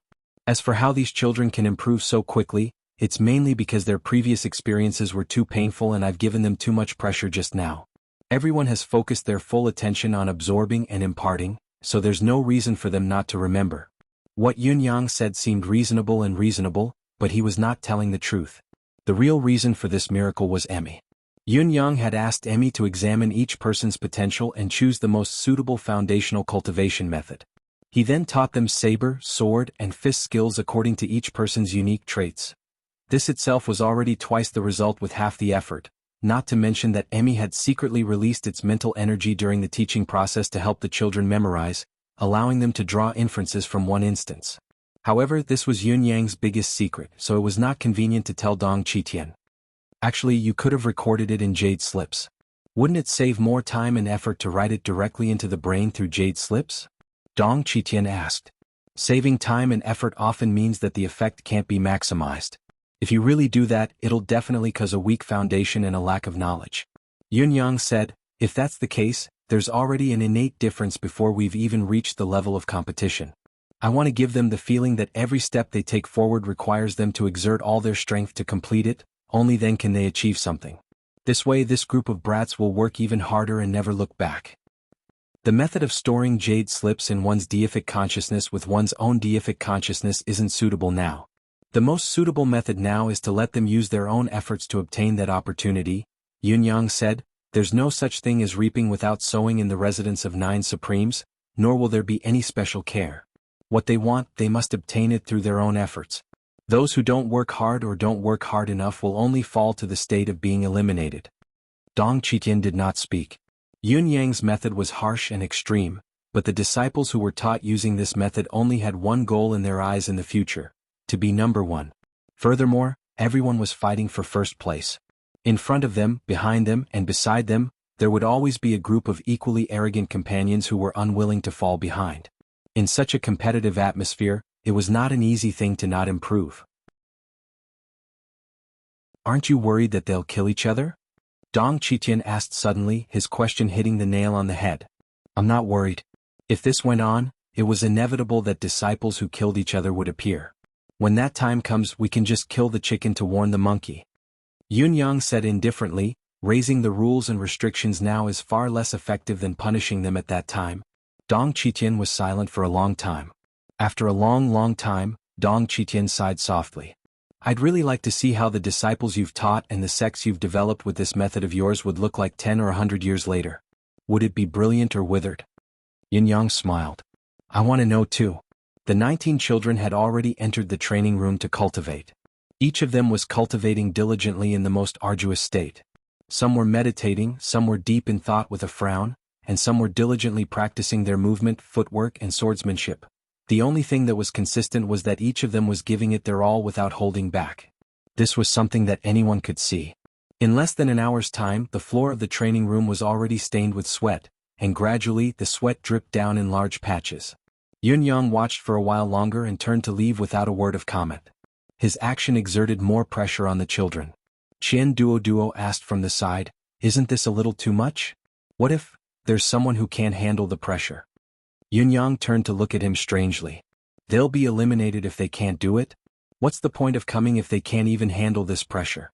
I'm taking in disciples, I won't be babysitters. Qian Duo's chubby face trembled. It's too cruel. I'm really glad that I'm not your disciple. Yunyang snorted and looked at him from the corner of his eyes. Majordomo Qian. When the day the residence of 9 Supremes soars into the clouds and dominates the bound of universe, when the 9 Supremes cultivation base reaches the level of transcendence and sainthood, if the Majordomo's cultivation base is still far from being able to keep up, little fatty paled. Big brother, let's not fool around. Fool around? Do you think I'm joking with you? When that time comes, even if I don't dismiss you, do you think you can still do this job? If even your grand disciple's cultivation base surpasses yours, what face do you have to be the Majordomo of the residence of 9 Supremes then? Yunyang glanced at him from the corner of his eyes and said nothing more. However, his words had already made little fatty think about it seriously, his expression turning anxious. That's right. If it really comes to that, what face do I have to occupy the position of Majordomo? No, I have to seize the time to cultivate as well. Even if I can't rise to the top of this world, at least I can't be too far behind. But even with such a high-pressure training, the residence of 9 Supremes is destined to be unable to make it in time for the Celestial Luck Banner contest half a year later. Do you have other plans? Dong Qitian asked. Why not? I've chosen to officially open the residence now to make it in time for this round of the banner contest and obtain the Celestial Luck Banner. Yunyang sighed softly as he watched the spiritual chi whirlpool in the residence of 9 Supremes getting thicker. A month later, I'll need Elder Dong to refine the cultivation base enhancing medicinal pill again. All right. Dong Qitian's eyes were filled with interest as he agreed readily. Yunyang had, of course, won the bet between him and Jiang Luoluo. Jiang Luoluo actually came to congratulate him after the incident. Congratulations, big brother, for winning the bet with me. The corners of Yunyang's lips twitched as he flashed an amiable smile. Winning or losing is just a game, but as the first family member of the residence of 9 Supremes, Big Brother naturally has a welcome gift. Jiang Luoluo was elated. I want the ethereal amethyst. Yunyang was speechless. I was going to give you the ethereal amethyst as a welcome gift. If you win, you take it away. If you lose, I'll give it to you. What's going on? Luo Dajiang, who was standing aside, did not speak. As Yunyang gave the ethereal amethyst away, he could not help sighing. Dajiang, although you're honest and kind, you'll never suffer a loss in this life with a wife like this. Luo Dajiang stuttered, Boss, this is all fate.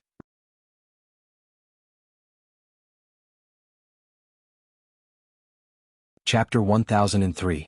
Almost at the same time, many sects with celestial luck banners had received news and even specific information from the challengers.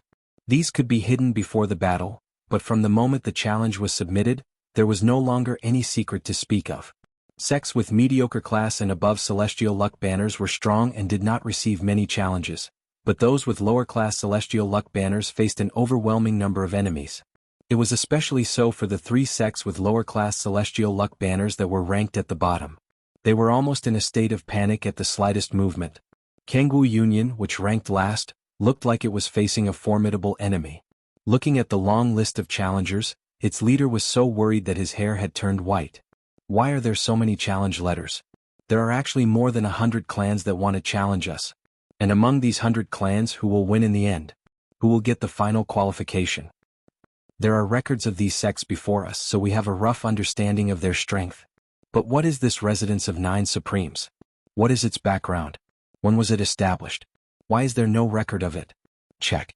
As the news of all the challenges spread throughout the world, countless sects began to respond.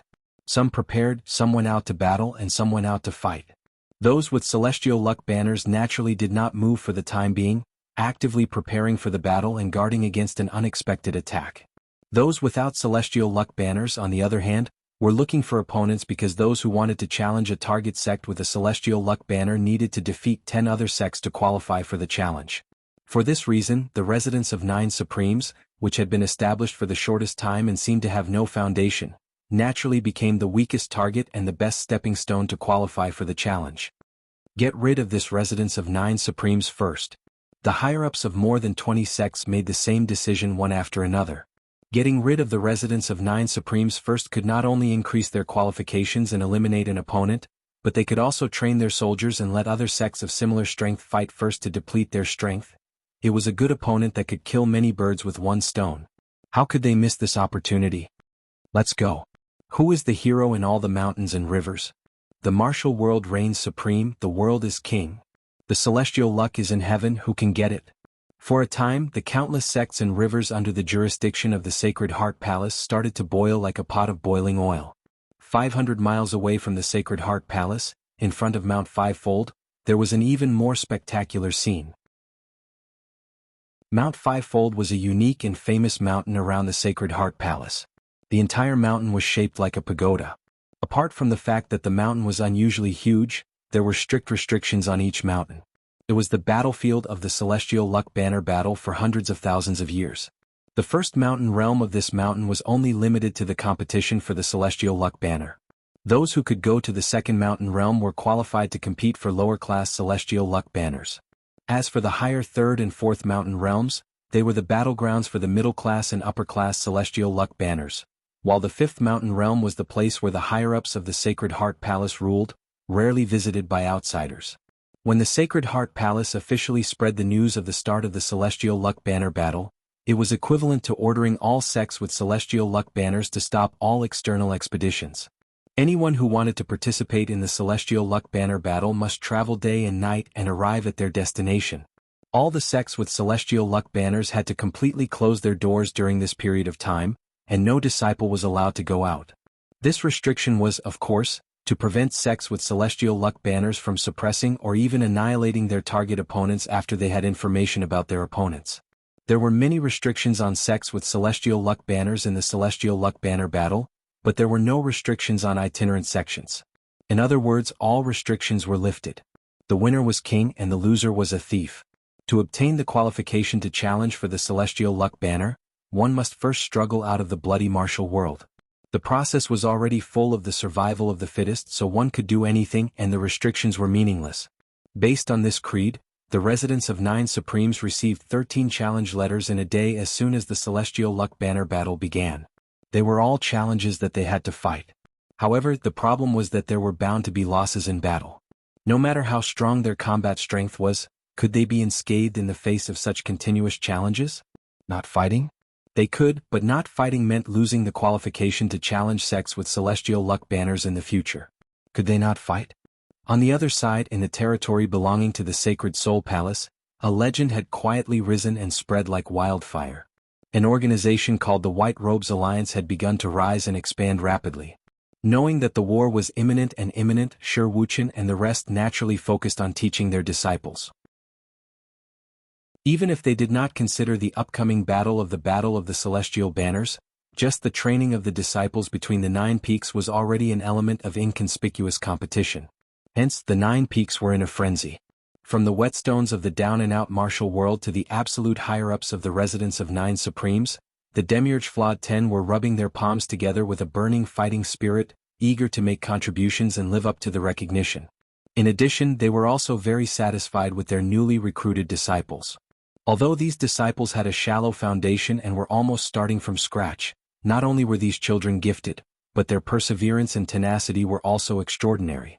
A few of them had quietly broken through their chakras on the night of the Nine Supremes' return, and there were even miraculous geniuses who had broken through 2 or 3 chakras. This reality, of course, made the Demiurge Flawed 10 even happier. Geniuses. They were obviously a bunch of geniuses.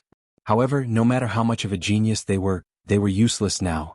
Although the other 8 peaks and 8 supremes had disciples who were slightly older than Yin Yang, the oldest among them was only a little over 10 years old.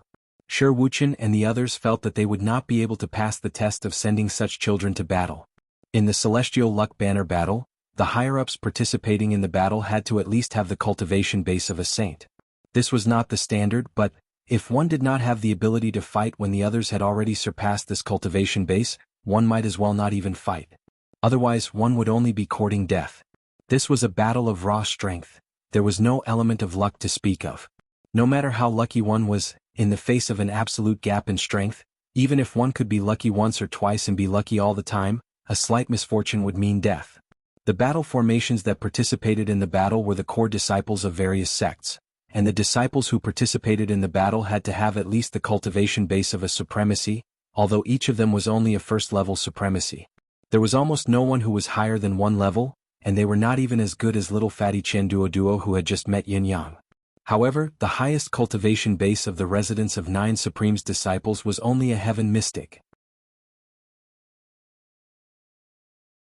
Chapter 1004. To put it bluntly, it would be that, according to an ordinary person's cultivation speed, after training for 200 years, they would probably be able to participate in the war. The cultivation atmosphere in the residence of 9 Supremes was undoubtedly excellent.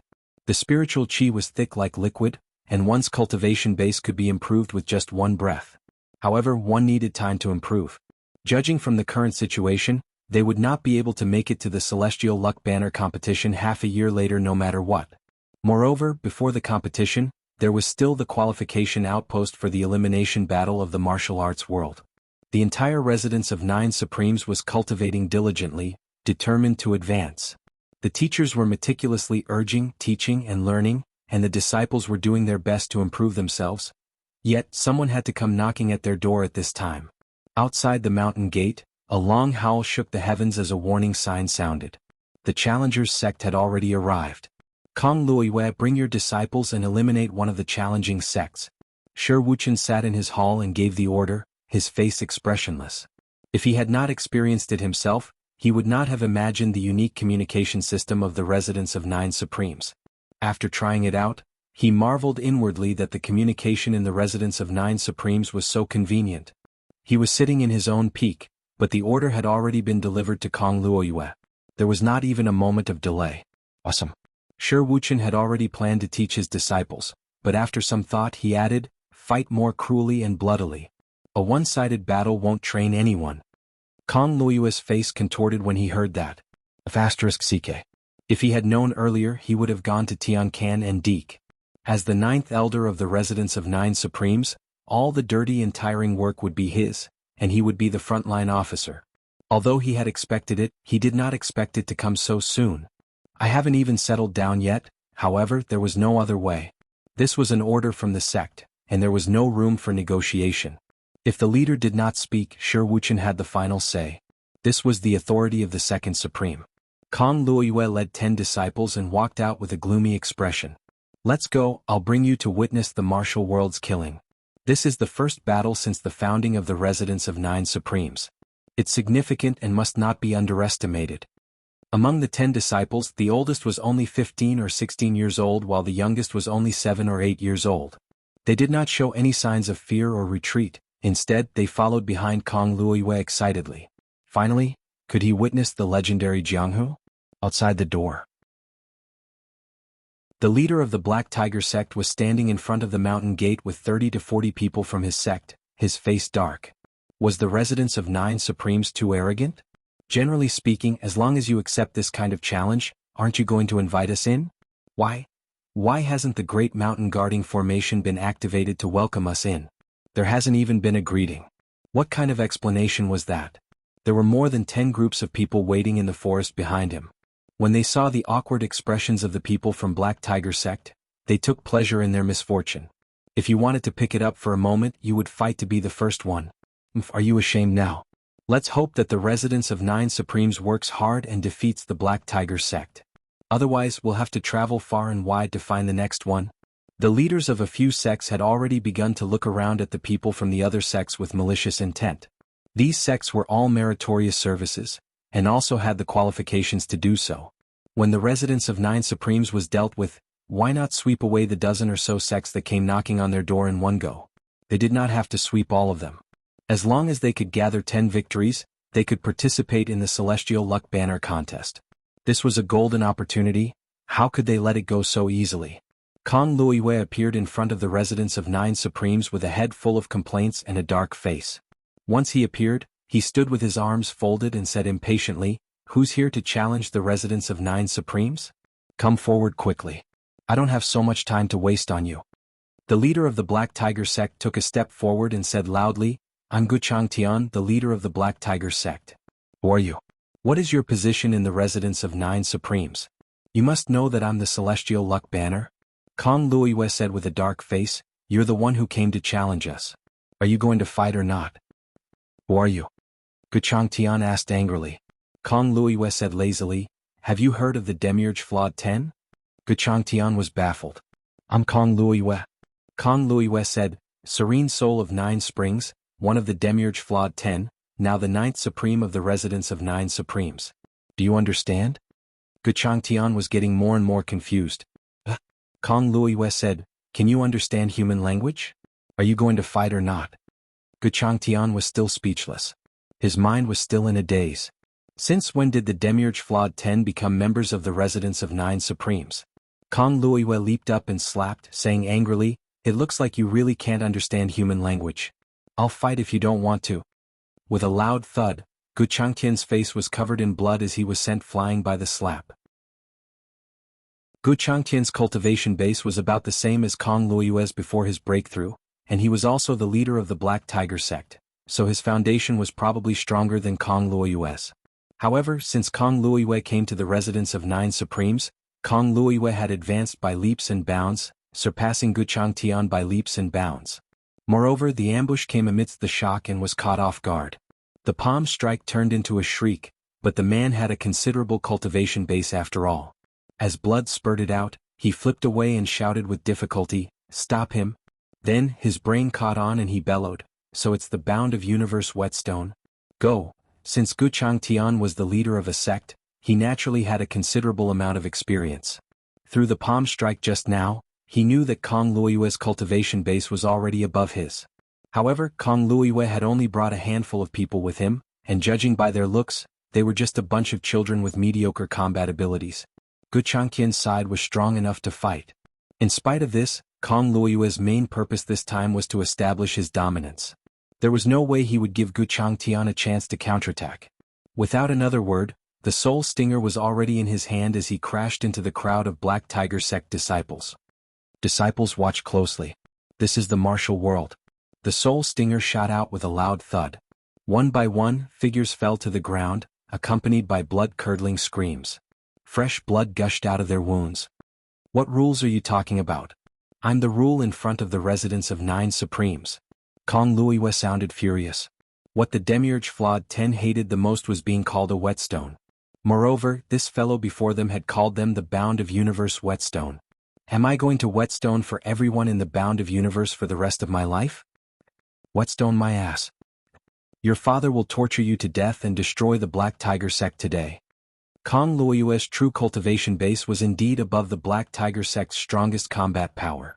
It was evident from the fact that he had severely injured the sect leader with a single strike just now. Now that he had flashed the Soul Stinger, his combat power skyrocketed even further. He was going all out and was unstoppable.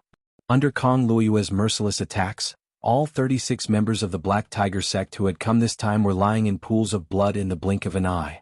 The outcome was beyond everyone's expectations. Chapter 1005. On the other side of the forest, there were many sounds of people sucking in cold breaths. There were noises coming from behind as well, but it was the sounds of vomiting that came one after another. Those who gasped were naturally the people from the other sections. Aren't we just picking a pushover to bully? Why does it seem like we've met an iron bench? Oh. The vomiting noises were, of course, Kong Luiyue's disciples. No matter how talented the disciples were and how determined they were still a group of children in their bones. Their minds were pure and they were inexperienced in the ways of the world. Before this, they had never seen much fighting in the Jianghu, let alone such a bloody scene where blood could be seen with every blade. Who could stand the stench of blood that came with the wind? Suddenly their eyes were filled with crimson and blood. The group of boys and girls paled, without exception. So, when their master said that he would bring them to see the martial world, he meant to let them see a massacre? Facing the blood and death at every turn? The martial world's rule is that the victor is king.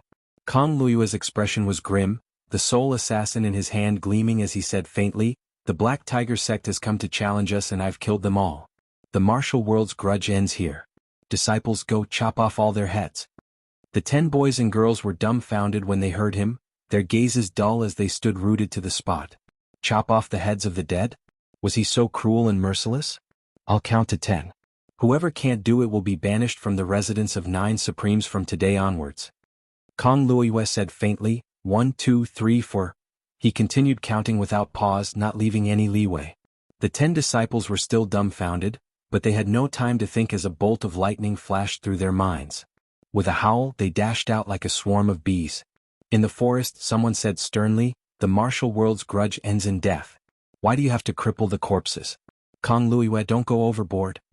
Kong Luiyue's expression did not change as he continued counting, 5, 6, 7, 8, 9, 10.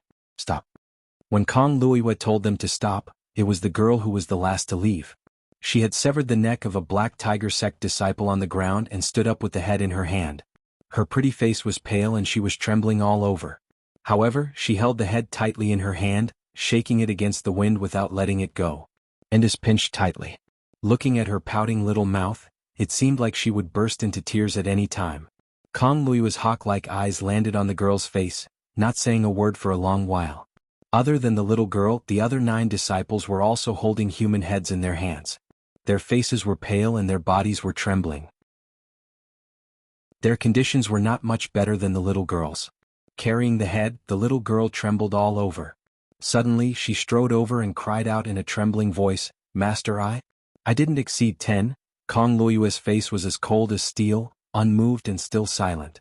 The little girl ran to Kong Luiyue's side as if her life depended on it. Suddenly, a cold glint flashed. A crescent-shaped machete appeared in the air and slashed at the little girl's neck, full of murderous intent. Kong Luiyue only watched coldly, unmoving. The little girl was about to reach Kong Luiyue's back. However, just as they were about to pass each other, the flying dagger that originated from the forest attacked with force.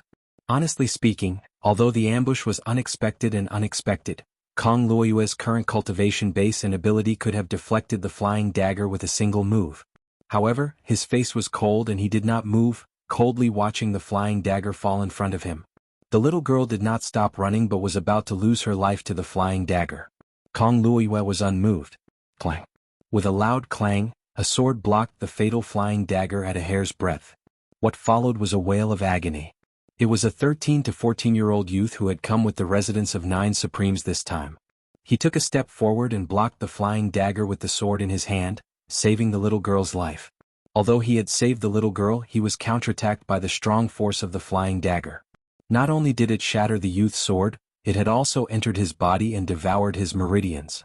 The youth cried out, his body shuddering violently as he spat out 3 mouthfuls of blood. Then he fell backward. "Senior brother, bye."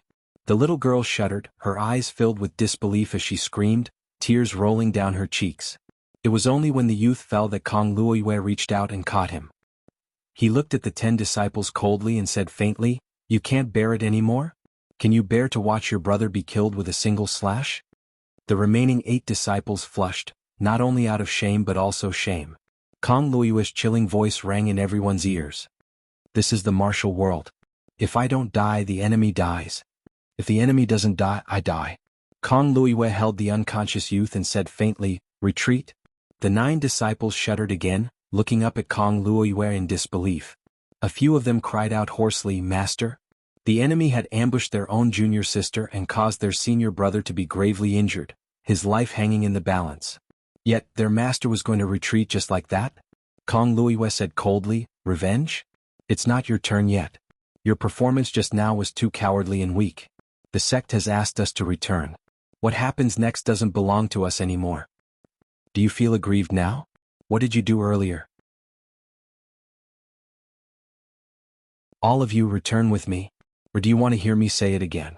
Kong Luoyue held the injured disciple in one arm and beckoned the remaining 9 disciples back with a stern face.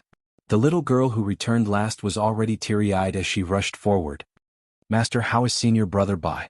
Kong Luoyue replied indifferently, so what if he's fine?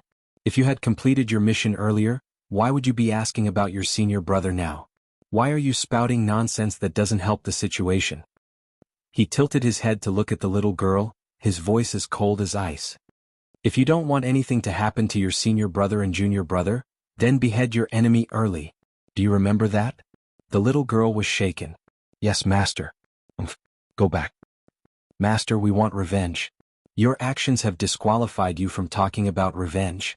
Kong Luoyue said faintly, the only thing you have to do now is to return with me and not talk nonsense.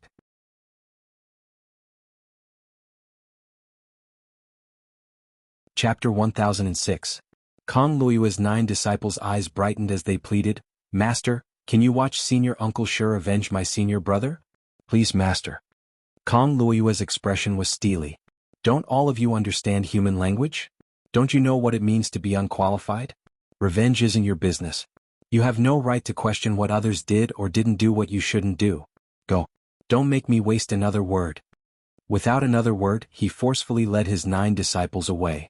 The 9 disciples gritted their teeth, tears streaming down their cheeks, but they could not do anything. The only thing they could do was to leave with Kong Luoyue. However, a seed was planted in everyone's hearts. This was the martial world. If the enemy did not die, I would. If I did not die, the enemy would. Qualification was strength. Those who were not strong enough could only shed tears. They did not even have the right to watch the enemy's head fall. This was the real martial world, the cruelest reality. They kept turning back to delay with every step, hoping to hear the sound of senior Uncle Sher's killing spree. However, their wishes were destined to be in vain as they returned to the 9 peaks before they even heard it. At this moment, everyone's hearts were on the verge of exploding. Kong Luoyue said faintly, continue cultivating. Before his voice faded, he returned to his palace without a second thought. As for the injured youth, he was thrown in front of the hall by Kong Luoyue. He was still lying on the ground, drenched in blood and unconscious. Only the slight rise and fall of his chest signified that he was still alive. The youths glared at him, but none of them dared to disobey their master's orders. They could only watch with bloodshot eyes as their brothers struggled to stay alive while they cultivated with all their might. If you don't cultivate diligently, if you don't try your best to improve, the only result will be misery. The ones who will be lying here in the future will be your brothers and sisters or even yourself. You're a burden to others and yourself, wasting resources for nothing. Kong Luoyue's voice was cold and merciless. This child overestimated himself. He was like a mantis trying to stop a chariot, seeking his own death. He had nothing to do with anyone and was even implicated by his brothers and sisters. He deserved to die. However, considering that it's your first offense, I'll be merciful. If you can improve by 1 level, I'll make an exception and save his life. If you can't improve, then let him die in front of you. You caused him to be injured and then sat back and watched him die. He only has himself to blame. He deserves to die and I will not blame you. His bloodied brother's body was right in front of him. If he couldn't make a breakthrough, his brother wouldn't be able to live. The 9 young boys and girls simultaneously circulated their martial arts with all their might. With only one thought, they cultivated and broke through. In the hall, Kong Luoyue watched the 9 disciples fighting for their lives on the square outside the hall. Relief flashed across his cold gaze. Looking at the disciple lying on the ground whose blood vessels had been sealed by him, the disciple looked extremely miserable and bloody from head to toe, but in fact he was only temporarily unconscious. He snorted twice and murmured, "You've inspired all your brothers and sisters. You've stood out for a moment and become quick-witted for a moment. You've achieved this opportunity and prestige. This is your opportunity but also their opportunity." Wuxia took a step forward and bellowed, "Who ambushed and injured the residents of 9 Supreme's disciples? Stand up straight. F*** King Hell, have you all eaten the guts of a leopard?" The young disciples who followed behind Wuxia were grief-stricken as well. They shared the same thought. Their brothers who had been born together with them had actually been ambushed and beaten to a pulp by the enemy right before their eyes. If not for their master and uncle master, how many of them could have survived?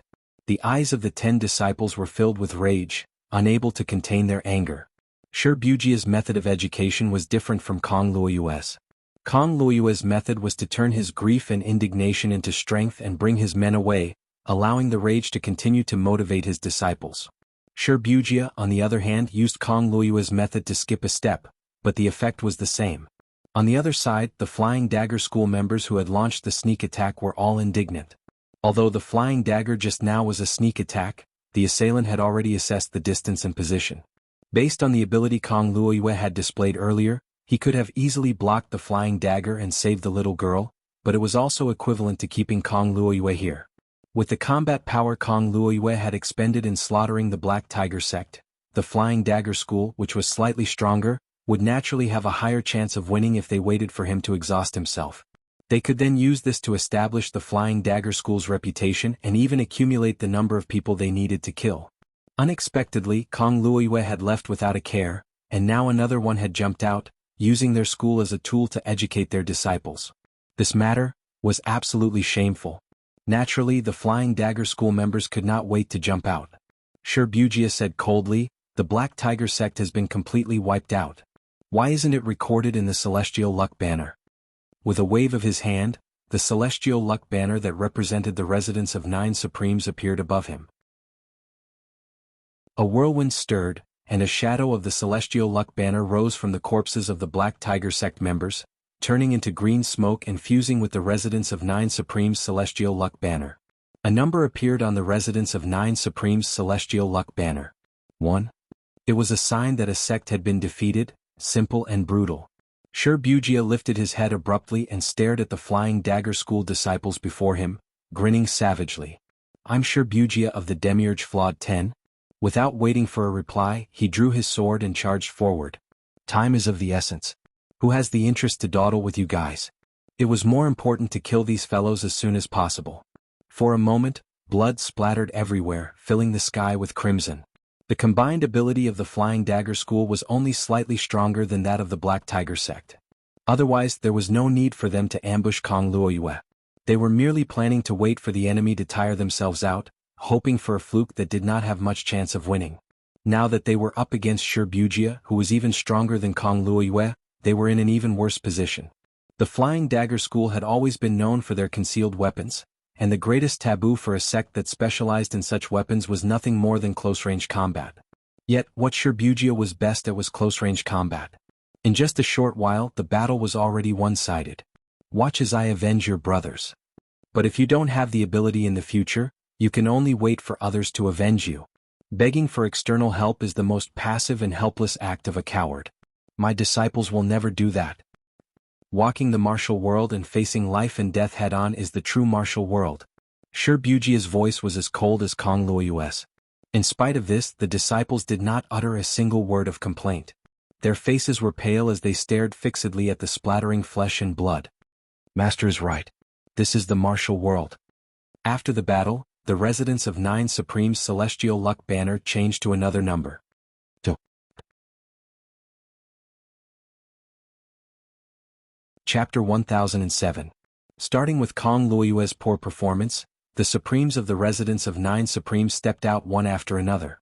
The shock experienced by the dozens of sects waiting outside was unparalleled and soul-stirring.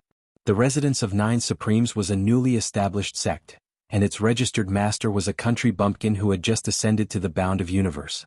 It had only been established for less than half a year, and it was the softest persimmon in everyone's hearts. But why did the Demiurge Flawed 10, who were renowned for their ruthlessness, jump out as soon as the challenge began? If they wanted to jump out, so be it, but the Demiurge Flawed 10's ability was more than a notch higher than the legend said. No, it was more than twice as strong. It was like a nightmare. A collective nightmare for all the sects who wanted to challenge the residence of 9 Supremes. We came here confidently to gain experience, but in the end we came to give experience to our target? What was this? Although the Demiurge Flawed 10 was regarded as a whetstone by the various sects, they were all experts to these unranked sections. Moreover, their cultivation base had actually doubled. When it was Shi Wuchen's turn to fight, the remaining 4 sects outside had lost their will to fight. As the Demiurge Flawed 10 made their moves, 7 sects were all defeated in front of the residence of 9 Supremes Mountain Gate. Everyone was almost numb from watching this. How could they continue to repeat the same mistakes? They were going to die one after another. Don't fight, we're just here to watch the show, just to watch the show. The 5 to 6 sects outside said in unison. Besides, we don't plan to participate in the Celestial Luck Banner contest. We're just here to see the gap. When they said this, the leaders of the sects felt their hearts bleed. Come here to watch the show excitedly? What was the difference between denying one's qualification and offering it to someone else with both hands? It was an extremely sullen feeling, but they had to bury it in their hearts, not daring to let it leak out, lest it gave the strict opponent in front of them an excuse. However, looking at the increasing number of corpses outside the residence of 9 Supremes Mountain Gate and the thickening smell of blood, everyone felt as if a bucket of cold water had been poured over their heads, enlightening them. No matter how humiliating and depressing they were, it was better than becoming corpses, was it not? The first few batches of people from the residence of 9 Supremes were like gods of death, leaving no one alive throughout the whole process. Every time they attacked, they would kill. The first 7 sects had sent at least 30 people each, but none of them were spared. All of them had fallen in front of the residence of 9 Supremes, dead and on their way to the underworld. Their original intention was the same as theirs. They all wanted to conquer the residence of 9 Supremes and make it their stepping stone, so that they could gain experience in the battle of the Celestial Luck Banner. Without exception, all of them had become the stepping stones of the residence of 9 Supremes. Perhaps the sects they challenged at the beginning were relatively limited in strength and not very strong, but later on, they would only fight when they thought they had absolute confidence. After all, how could they fight for the Celestial Luck Banner if they did not have much confidence? In spite of this, the outcome was the same. The Demiurge Flawed 10 of the past and the 8 Supremes of the current residence of 9 Supremes were each stronger than the last. They were so strong that they could only look up to them and had no desire to compete anymore. They would rather give up against their will, almost like wagging their tails and begging for mercy, struggling at death's door. This was the supremacy of strength. Blood flowed in front of the residence of 9 Supremes, and the corpses of more than 200 experts of the martial world lay in a mess. Reality once again proved this point. Shi Wuqian's eyes narrowed. He did not expect that when it was his turn to lead his disciples to fight, these fellows would all cower. Shouldn't the sect that stayed until the end be the strongest among them? Why did they cower? This should not be the case. It did not make sense. How could he train his disciples if they cower? Forget it. Go and clean up these corpses, Shi Wuqian ordered. Remember to search each corpse carefully. This time they were the ones who provoked us. There's no such thing as giving up their lives for their wealth. These are all our trophies, no doubt about it. Our sect is still in the early stages, so we can't waste any resources, including weapons and clothes. Nearly 200 people from the 5 sects who were lucky enough to escape the disaster stood where they were like clay sculptures, watching 10 fair-skinned boys and girls rummaging through, searching the blood-drenched battlefield. Everyone had a strong urge to vomit. He flipped them over one arm and one leg, searching for anything valuable. It felt like they were searching themselves. If their own sect had attacked just now, would they not be the targets of the search as well? All the spectators could not help but feel like vomiting, let alone the 10 disciples who were carrying out the task. 10 youths who had not seen the world. Shi Wuqian's 10 disciples were all pale, looking no better than the 7 Supremes disciples who had fought earlier. However, none of them stopped. Their movements were not sluggish or hesitant at all. Shi Wuqian's words were cold and grim. If the residents of 9 Supremes were defeated, you would be the ones lying on the ground now, and you would be the ones being plundered. The winner is king and the loser is a thief. This is the survival of the fittest in the martial world. The winner lives and grows stronger to survive. Once defeated, you will become the spoils of war of the defeated. If you don't want to be defeated and killed and don't want to become someone else's spoils, then you must grow stronger from now on. I can help you achieve victory today, but sooner or later, you will have to roam the martial world on your own, and face the cruelty of reality on your own. Kindness can exist in the heart, but unnecessary pity must be abandoned. Because this is the martial world. Reality will not be forgiven because of so-called pity and sorrow. Remember what happened today and never forget it for the rest of your life. The people from the 5 sects stood aside, listening to Shi Wuqian teach his disciples as if there was no one else around. Everyone felt a chill rising in their hearts, lingering for a long time. At this moment, there was only one word left in their minds. Regret. The people from the residence of 9 Supremes gave off the feeling of a pack of hungry wolves that were full of savagery. The only thing they taught their juniors was blood and reality. Shi Wuchen finally left with his disciples. However, the blood on the ground was not cleaned up, and the corpses were still strewn all over the ground, looking even more ghastly than before. Yunyang had not come out yet. What was left behind were all tools, excellent tools for teaching disciples. Although they were once living people, they had chosen to destroy the residence of 9 Supremes, and now that they had been killed and their corpses laid out on the ground, they had to pay the corresponding price. The price was not only their lives, but they had to become tools for the residence of 9 Supremes. Before and after death they were tools to be used by others. This was the case with their lives and so were their corpses. Chapter 1008. When Yunyang came out with his 19 disciples, all he saw was a floor of corpses. The stench of blood was still overwhelming. It's too clean? Yunyang was dumbfounded. How could these fellows do their job so cleanly? How am I supposed to educate my disciples like this? It was clear that there was nothing of value in it. Compared to Yunyang's change of expression and exasperation, the 19 young boys and girls who followed behind him were pale, almost unable to look straight at the sea of corpses and blood in front of them. These disciples were exceptionally talented, and they had the perseverance and tenacity. However, compared to the disciples of Shi Wuchen and the others, they had one shortcoming: they were even younger. If the disciples of Shi Wuchen and the others were youths, they would have to be classified as children. All of you are not allowed to close your eyes. Take a good look here and feel the life and death of the martial world, the reality of the secular world. Yunyang said in a low voice, the abilities of the dead here are much stronger than all of you. Feel it for me and each of you must give me your thoughts when you go back. The 19 disciples were meditating. Yunyang, on the other hand, was watching quietly. He could clearly feel the thick air of karma in the air turning into streams of air that flowed into his body and into his deific consciousness space.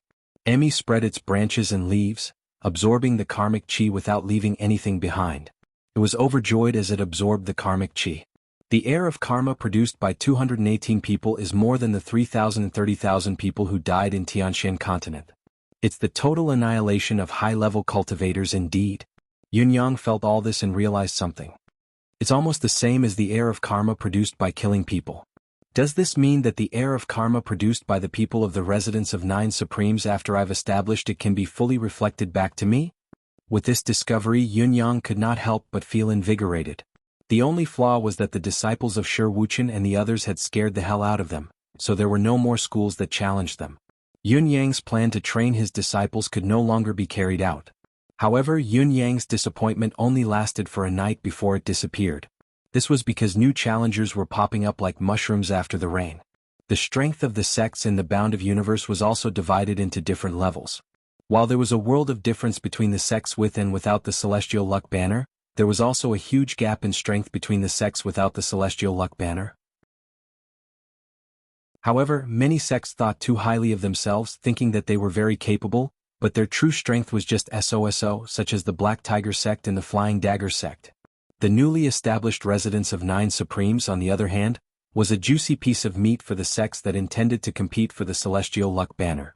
Naturally, it attracted the attention of many sects and schools. The other sects have a long history, at least 3 to 5 years of development. Only the residence of 9 Supremes has just been established this year. What ability and strength can it have?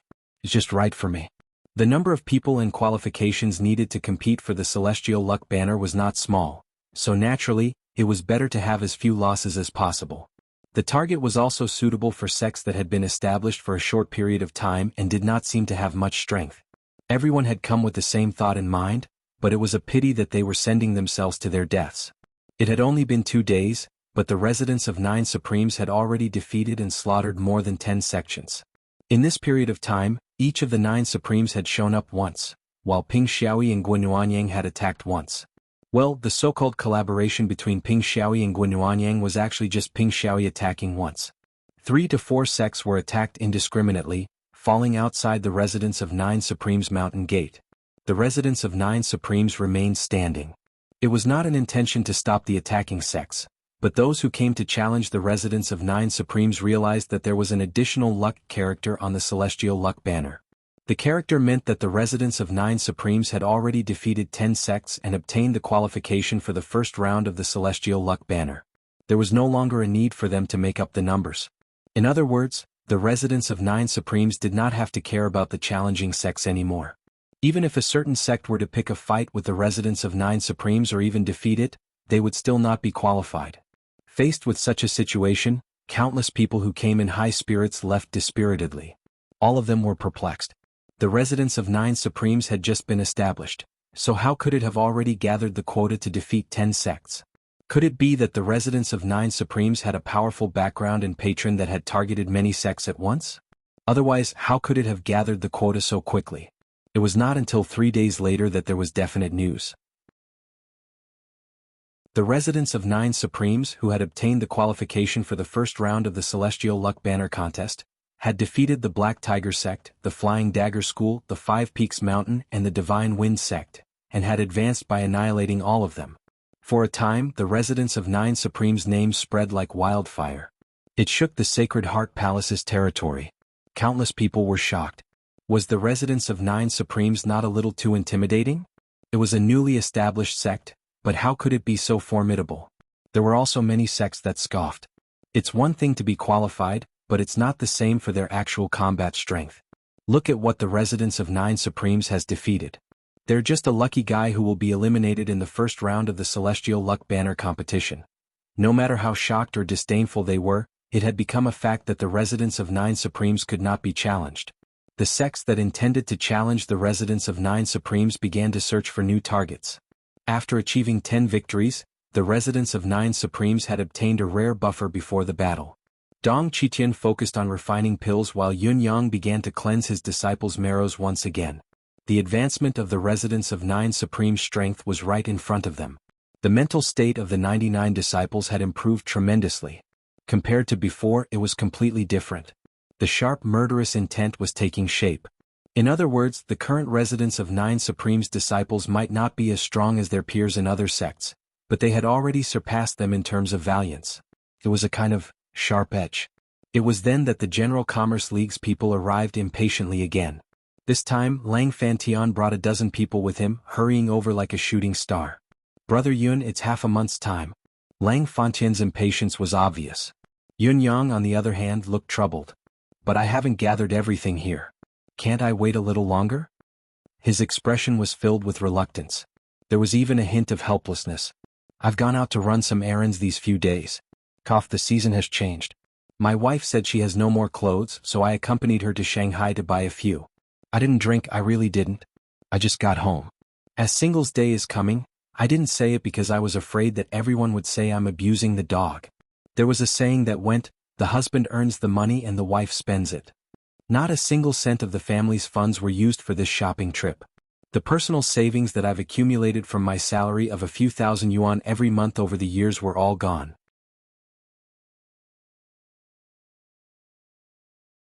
Chapter 1009. Don't worry, Brother Yun. All the required resources will be gathered by the General Commerce League. Lang Fantian's grin was tinged with urgency. In fact, we've already gathered a lot of resources. The quality is much better than the previous time. The key now is whether Brother Yun can bring out the Qi of Vitality this time. I really can't guarantee this. The preciousness of the Qi of Vitality is beyond my expectations. Brother Yun, you have to help me this time. Lang Fantian looked anxious. The other treasures are secondary. We must have the Qi of Vitality to help Elderly recover his cultivation base.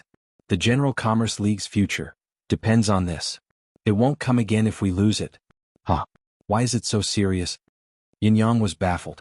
This was not what he had said previously. Although Yun Yang had said that he was confident in obtaining another Qi of Vitality, he had never said that he could succeed. Was the current situation not overestimating himself a little too much? Or was he forcing it? As for the General Commerce League's headquarters, after our higher-ups discussion, we think that if the two High Reverends can fight together, our chances of winning the upper-class Celestial Luck Banner will increase by 20% from the initial 50%. Moreover, it'll be used as a surprise attack to catch the enemy off guard, increasing our chances of winning. Lang Fantian stuttered and did not elaborate, but Yun Yang was able to discern the gist of the matter with just a hint and understood it immediately. So that's how it is. The General Commerce League actually had the power to compete for the upper-class Celestial Luck banner before this, even having a 50% chance of winning. It was only due to the lack of ace combat power that they dared not take the risk and gave up. The incident at the residence of 9 Supremes, on the other hand, had allowed one of them to regain his youth, and there was a high chance that the other could do so as well. That was equivalent to having 2 more Ace Supreme Saint experts. This unexpected piece of good news immediately made the hearts of the General Commerce Alliance's upper echelons become active. This was an opportunity bestowed by the heavens. If Heaven Sword and Earth Saber had recovered to their peak power before the war, the General Commerce League's combined combat power would have skyrocketed. F***CK The upper-class Celestial Luck banner is no longer a 50-50 chance of winning, but a high chance of winning. This was related to the future of the General Commerce Alliance. Since there was hope, how could they give up so easily? Therefore, the General Commerce League immediately decided to submit an application to compete for the superior class Celestial Luck banner. Moreover, this decision was made on the spur of the moment. In spite of this, the sudden decision had caught Lang Fantian, the deputy chief, off guard.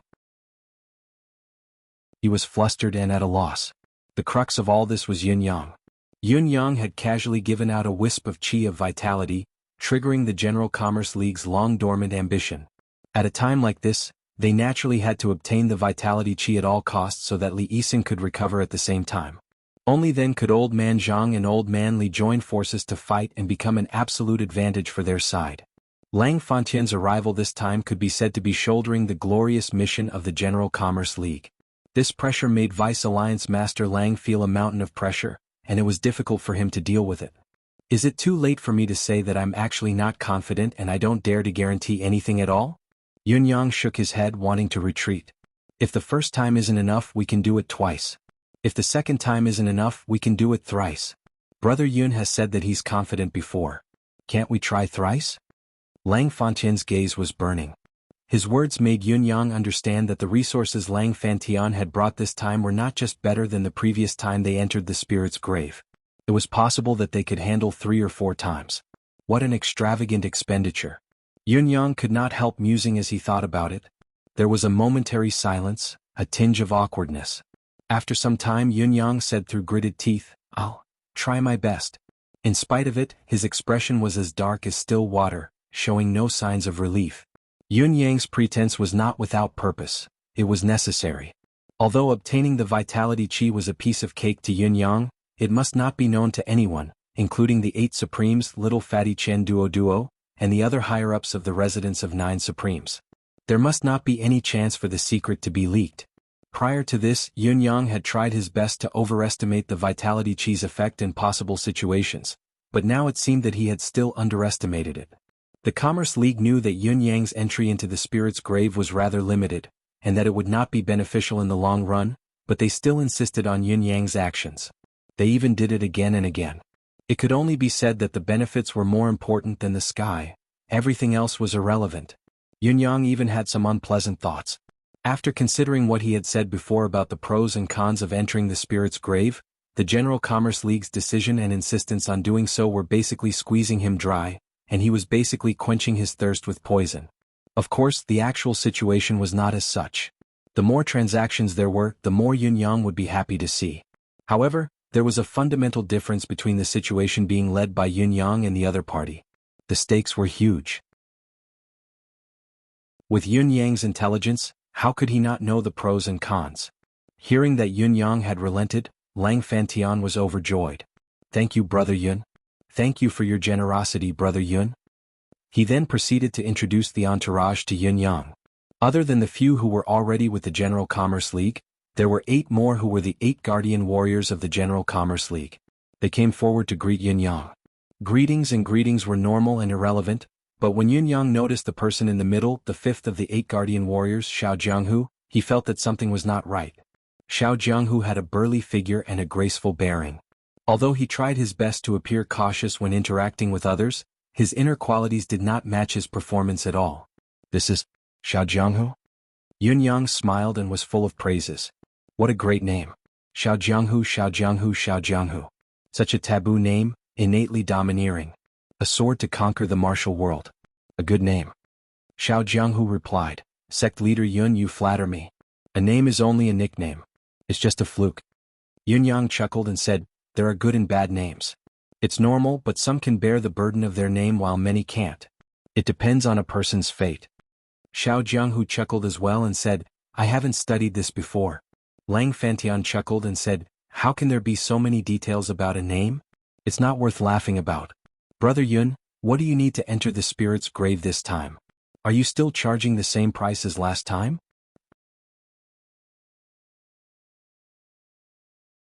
Chapter 10:10. Yun Yang smiled faintly. It's hard to be content with one's greed. This is an unavoidable mentality for any cultivator or human being. Even I can't avoid it. However, I really don't wish to trade too many resources this time. Since all of you have come personally, let's set the upper limit at 900,000 worth of resources. What do you think?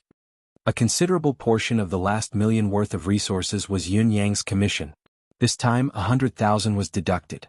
Nominally, Yun Yang's commission was reduced by 100,000 upper-class spiritual jade pieces, but in actual fact, the total value of the traded resources was set at 1 million. It was almost double of the previous transaction. The previous time was 600,000 while the rest was Yun Yang's commission. Once the commission was collected, it could not be reduced anymore. It looked like a concession of 100,000, but it was actually an increase of 400,000. A concession of 100,000 was still an increase of 300,000. Moreover, it was only a concession of 100,000 this time. The future transactions were still 1 million. It was an exorbitant demand. The General Commerce League and the others looked at each other, their faces pale. This was Yun Yang's immediate retaliation. I've already made it clear that it's not good to open the spirit's grave too frequently. It's only been a few days and the General Commerce League can't wait anymore, even requesting to open the spirit's grave again and again. Where do I stand? Of course, I have to set a limit on the total value of the traded resources. To Yun Yang this was understandable. A transaction should be fair and just.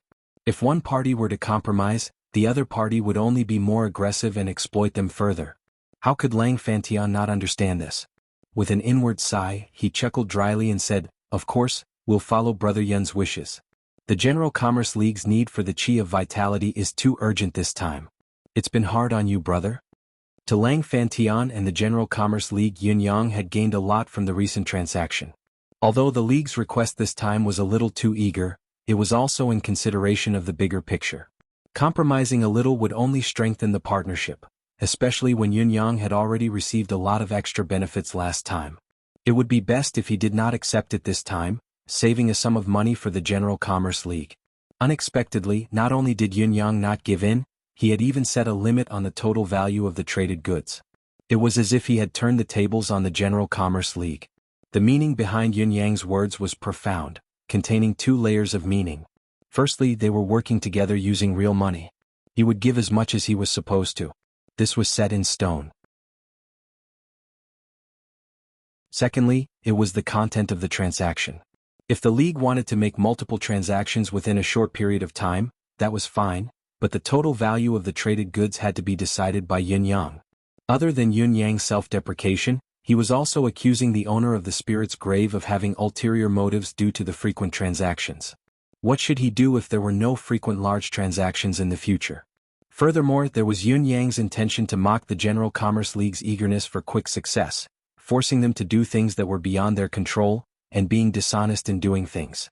Lang Fantian and the others were veterans in the martial world. How could they not understand the true meaning behind the words? However, they were helpless against Yun Yang. After all, Yun Yang was the seller's market now. They could only suffer in silence. It was just a sentence, but it was equivalent to limiting the total value of the General Commerce Alliance's transaction. It might even cause the purpose of this transaction to fail and return in disappointment. The corners of Lang Fantian's lips twitched, but he did not speak. The General Commerce League's decision this time actually had another layer of consideration.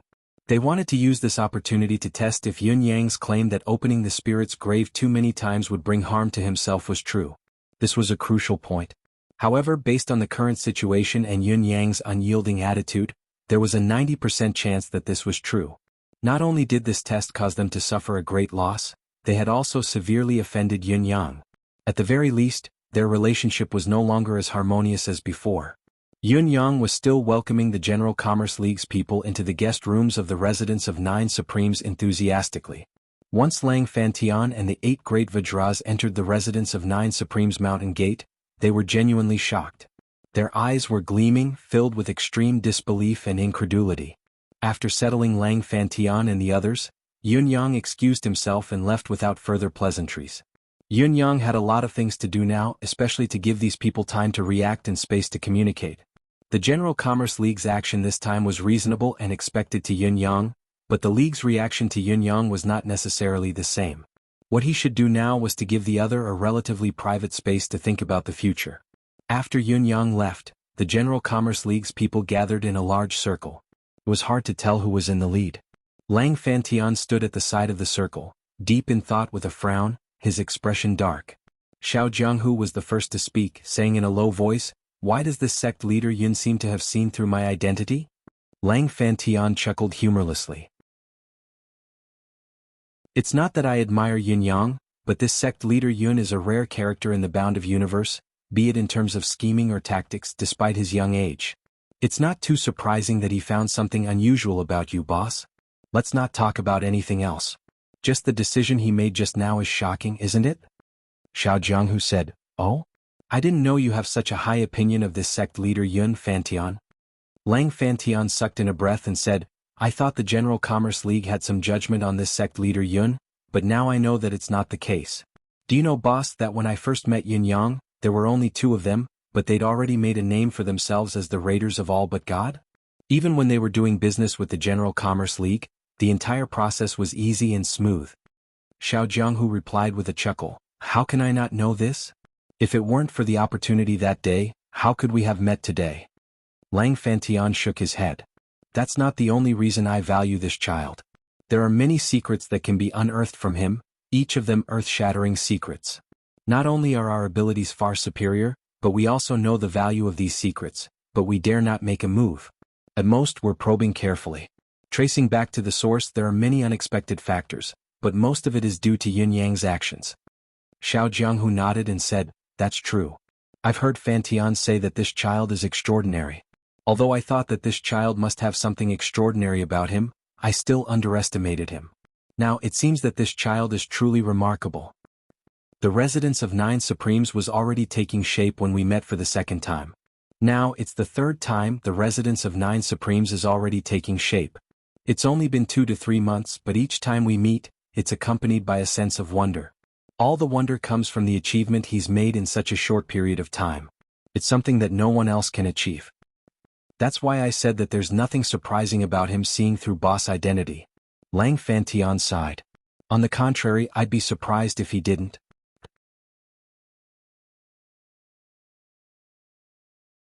Chapter 10-11. Xiao Jianghu chuckled. "You mean? Leader Yun pointing out my identity is a reminder to us?" "Yes. If he didn't point it out after seeing through it, we'd suspect his ulterior motives." Lang Fantian said frankly, "Now that he's seen through it and said it on the spot, it's equivalent to giving us information and his attitude.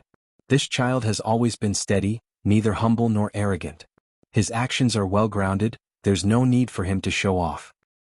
"That's true," Xiao Jianghu said after some thought. Lang Fantian said, "As for his attitude just now, from what I can see, it's reasonable as well. We've cooperated a few times and the transactions are huge. On the surface, Yunyang's side has the upper hand, but in reality, more than 80% of the benefits he's obtained are given to the spirit's grave to obtain the most valuable treasures. The General Commerce League, on the other hand, is the one who can easily obtain the best treasures." Lang Fantian concluded, "Therefore, I think that such a collaboration is only beneficial to us. It can go on for a long time, and to do so, one of the prerequisites is to build a good relationship with Yunyang. We mustn't trigger his resentment because of a momentary loss. Like this time, consecutive transactions within a short period of time are taboo for Yunyang. We need to express our sincerity to make up for it later." Xiao Jianghu's gaze was thoughtful. After a long moment of thought, he suddenly changed the topic and said, "The spiritual chi density of the residence of 9 Supremes right now? I'm afraid it's not much weaker than the General Commerce League's headquarters, is it?" Lang Fantian was taken aback and answered after a pause, "Yes. Fantian, haven't you realized the difference? The reason our league headquarters has such a spiritual atmosphere is mainly because of the middle-class celestial luck banner, but the residence of 9 Supremes doesn't even have a lower-class celestial luck banner now. Xiao Jianghu said in a low voice, if the residence of 9 Supremes obtains the celestial luck banner, the spiritual atmosphere within the mountain base of the residence of 9 Supremes will definitely increase tremendously. It can at least be on par with the General Commerce League's headquarters. Does anyone here doubt this? Indeed, there's no doubt about it. But here's the problem. Even if the residence of 9 Supremes possesses a spiritual atmosphere equivalent to that of a middle-class celestial luck banner after obtaining a lower-class celestial luck banner, don't you think the commotion in front of us is a little ridiculous? Xiao Jianghu's thick brows knitted together. I can basically say that as long as there aren't any major changes, the residence of 9 Supremes will rise in the future and become a formidable foe to any sect in the bound of universe. The threat is huge. His words were filled with emotion. Lang Fantian kept quiet for a moment before he spoke. I think the chief is worrying too much. Xiao Jianghu tilted his head. Oh? Lang Fantian thought about it and spoke from the bottom of his heart. I have something to say that's stuck in my throat. Lang Fanyun's way of addressing himself changed again and again. At this moment he no longer addressed himself by his real name, nor did he address himself as this seat or its subordinate. Instead, he suddenly changed the way he addressed Lang Fanyun to little brother during the conversation. This meant that the current conversation between the two parties had turned into a conversation between brothers. Speak, said Xiao Jianghu. Lang Fantian coughed and cleared his throat before he said, I think that Big Brother's current thinking is too utilitarian and has already deviated from the League's initial purpose of founding. Xiao Jianghu kept quiet for a moment, only looking at him without saying anything. The League's initial purpose of founding is to convey its name and ambition. The General Commerce League is both the League's name and the League's ambition. Although there's the grand idea of accepting merchants into the League, it's still mainly about business. Lang Fantian continued, it's the word business that determines the League's essence. The bound of universe is obviously inseparable from the business world. Based on this principle, the League has developed rapidly, especially after going through the extreme hardships of starting a business. It's almost smooth sailing. The premise that we're the Commerce League has allowed us to have no fundamental conflict with other sects, aristocratic families and sections. Since there's no fundamental conflict, they won't see us as a threat that must be eliminated. That's why we've come so smoothly until now. Even if we successfully ascend to the upper-class celestial luck banner this time, the Commerce League will still be the same to us. At most, we'll have more protection and fewer people will dare to covet it, but it won't change the League's own principle. This is the only way we can ensure the League's continued existence. Perhaps the residence of 9 Supremes will soar to the 9 heavens in the future, perhaps it'll dominate the martial world. To the other sects and forces, it may be a threat or even an enemy that can't coexist, but to the League it won't cause too much damage. We can even complement each other's strengths with the residence of 9 Supremes and work more closely together. As the saying goes, a small clue can reveal a big picture. Based on the current situation, our cooperation with the residence of 9 Supremes is already constantly increasing the Commerce League's strength. In summary, this young brother thinks that the residence of 9 Supremes is not a threat to us. He had stated his meaning clearly, but he still came up with such a conclusion, making others feel that there was more to his words or that he had not finished. Finally, after a moment of silence, he gritted his teeth and said, in addition, this young brother thinks that there's a limit to the League's development. We, on the other hand, can't go beyond this limit. Once we go beyond the limits of this framework, we'll be faced with a calamity. But if we restrain ourselves, we might be able to continue existing for thousands of years. Just like counting 9 to 5, the dragon soars in the sky, it is the supreme form. But counting 9 to 9, the dragon will have regrets, it will decline from its peak. What we need to be is the dragon soars in the sky, not the dragon will have regrets. Lang Fantian finished his long speech in one breath, sweat already beading on his face. Many of the dozen people who were listening by the side were sweating as well. Lang Fantian was truly bold to be so blunt with his words. It was truly a taboo. Xiao Jianghu had been listening with a dark expression, not speaking for a long time. After some time he finally asked, if that's the case then, where do you think the General Commerce League's limit is? Lang Fantian mustered up his courage and finally spoke, above the upper-class celestial luck banner and below the gold-class celestial luck banner. There are many who have attained the upper-class celestial luck banner, and this is where our development reaches its limit. If we go beyond that, not only will we draw the attention of many supreme sects, but we'll also be feared by the palace level. The end of the world will come and there won't be many days left. Xiao Jianghu hung his head, falling silent once more.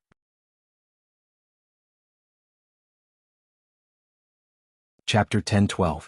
Lang Fontain's face was pale, beads of sweat dripping down his face. Even his breathing was uneven. Such a state should not have appeared on an ace cultivator like him. It was because he was the only one who could say these words as a vice chief and as a sworn brother. If someone else had said it, however, it would have been a catastrophe. In spite of this, he felt much more relaxed after finally voicing what he wanted to say. In recent years, the General Commerce League's overall capability had grown stronger, while their boss aura had grown as well. It was an understatement to say that he was not angry. There were even some radicals in the league who were eager to make a move. If this went on, it would not be a good thing for the General Commerce League, as it was a hidden threat that could lead to its demise. Take the current incident as an example. Before this, the League's first thought when encountering an organization like the Residents of Nine Supremes would be to work together and support them sincerely. It would be best if they could work together seamlessly. Now, however, their boss had thought of the threat almost immediately when they were still working together. This was an extremely ominous sign. Another long time passed. Xiao Jianghu finally raised his head amidst the dead silence. He looked up at the sky and said faintly, "Fandan, thank you. We've been brothers for so many years. Today is the first time I'm most grateful to you." Lang Fantian shuddered and said emotionally, "I believe the boss has a plan in mind." No need to be humble," Xiao Jianghu said softly, "the league is the league. You're right to remind me. I've been flattered too much all these years. This time it's you who's more far-sighted." The others comforted him at the same time. "After this war, I'll come up with a new rule to stop the league's ambition that it shouldn't have. Like Fantian said, the league is the league. The path of a merchant is never easy." Xiao Jianghu chuckled humorlessly. "If we work our way up, even if we reach a level that surpasses the Sacred Heart Palace one day, can we really surpass the palace? We'll still be annihilated sooner or later. It's better to maintain the path of a merchant, to mediate between different forces with ease. That's the long-term path to long-term peace. Since that's the case, then when we reach a certain point and can still stop, we'll show some weakness and hold back some of our strength. This is the true Tao of the entire body, the foundation of the eternal legacy." Outside the window, a voice suddenly sounded, "Alliance Master is wise." When everyone turned their heads to look, it was Zhang Changgong, who had returned to his youth, floating in. He had a gratified look on his face. To be able to hear these words from the Alliance Master, "I can die without regrets. Senior Zhang?" Lang Fontain's words reminded the group of this person's identity. Everyone was shocked when they heard him, turning to look at him simultaneously. Senior Heavenly Sword.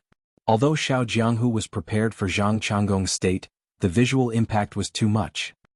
He never thought that the old man, who was on the verge of death, would return to his youth so thoroughly. His eyes almost popped out of their sockets.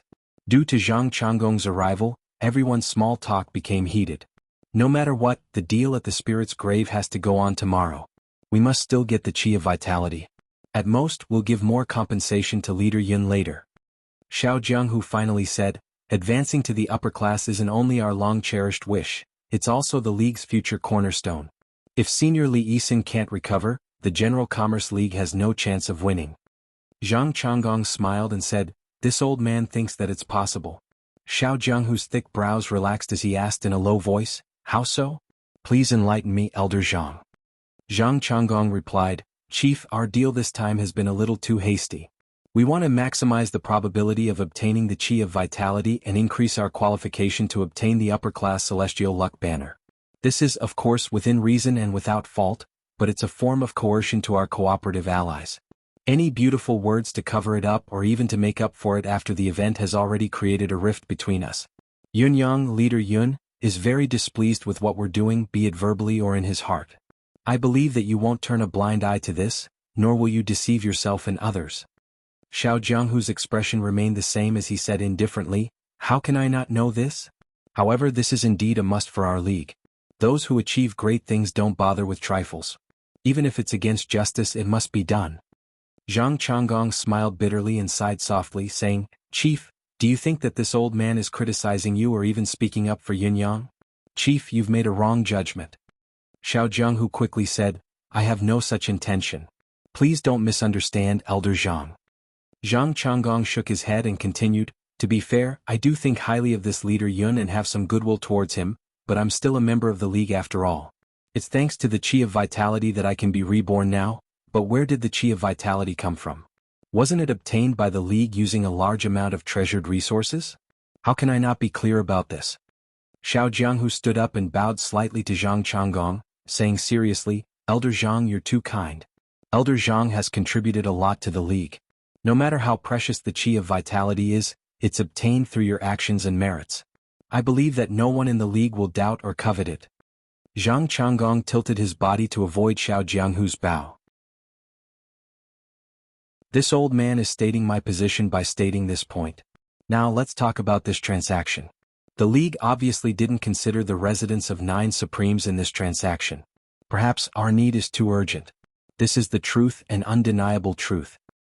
I believe that Vice Seat Lang has reported Sect Master Yun's intentions clearly. Sect Master Yun's intentions are very clear. That is, even if our alliance has gathered enough resources, we have to delay it as much as possible. We can't let the people in the spirit's grave think that these things can be easily gathered. Zhang Changgong smiled. An unparalleled expert like him still has the ability to discern the general trend from small details. How often Yun Yang goes in, whether he's relaxed, whether it's difficult, whether each treasure is repeated, whether each piece of metal is related. A lot of things can be deduced from these details.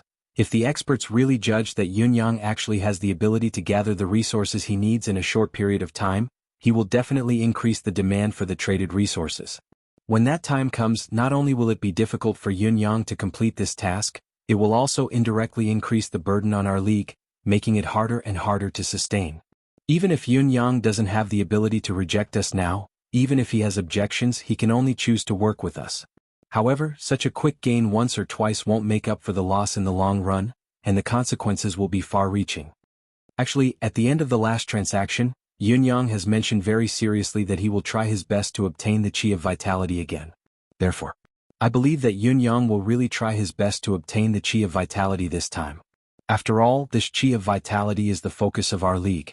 With this Qi of Vitality, both of us can have a buffer. After all, if he can't get the Qi of Vitality, we'll definitely gather the resources for him to enter again for the sake of the current situation. That is something that Yun Yang really can't stand. Zhang Changgong said, therefore I think that there's a high chance that there'll be the Qi of Vitality this time. However, in the future, we must pay more attention to this matter. We can't make such a reckless move that's eager for quick success. Xiao Jianghu nodded seriously and said, Elder Zhang's words are indeed far-sighted and far-sighted. I've learned a lot. The next day, Lang Fantian, Xiao Jianghu, Zhang Changgong, Song Yisin, and Feng Guohai came to the main hall of the residence of 9 Supremes together. The General Commerce League was even more sincere this time. Other than the 5 of them, the other dozen or so people had left the residence of 9 Supremes and gone to the place where Feng Guohai was temporarily stationed. It was an obvious display of great trust. Yun Yang glanced over and squinted his eyes, feeling even more relaxed. This time the 5 of them came together. Xiao Jianghu walked in the middle, beaming. It was obvious that they had decided not to hide it anymore. I hesitated for a long time when I was writing this chapter. There were 2 directions that I could write about the General Commerce League. One was good and the other was bad. It would be easiest to develop the plot if I wrote about them being bad. On the other hand, if I wrote about them being good, the plot would not develop as quickly, which would be detrimental to the book. In spite of this, I still decided to write about the good side after a long period of consideration. After all, I've already written about them being loyal, keeping my promise, deep brotherhood. If I were to turn the corner, I would be reluctant to do so. You're tuning in to the Han Li's Wuxia Chronicles YouTube channel. We're so grateful for your support, and don't forget to subscribe to join us on this incredible journey through captivating stories. Your generosity through donations truly makes a world of difference, as it's the primary source of revenue that allows me to expand and enhance this channel for you. Thank you from the bottom of my heart for being a part of this adventure.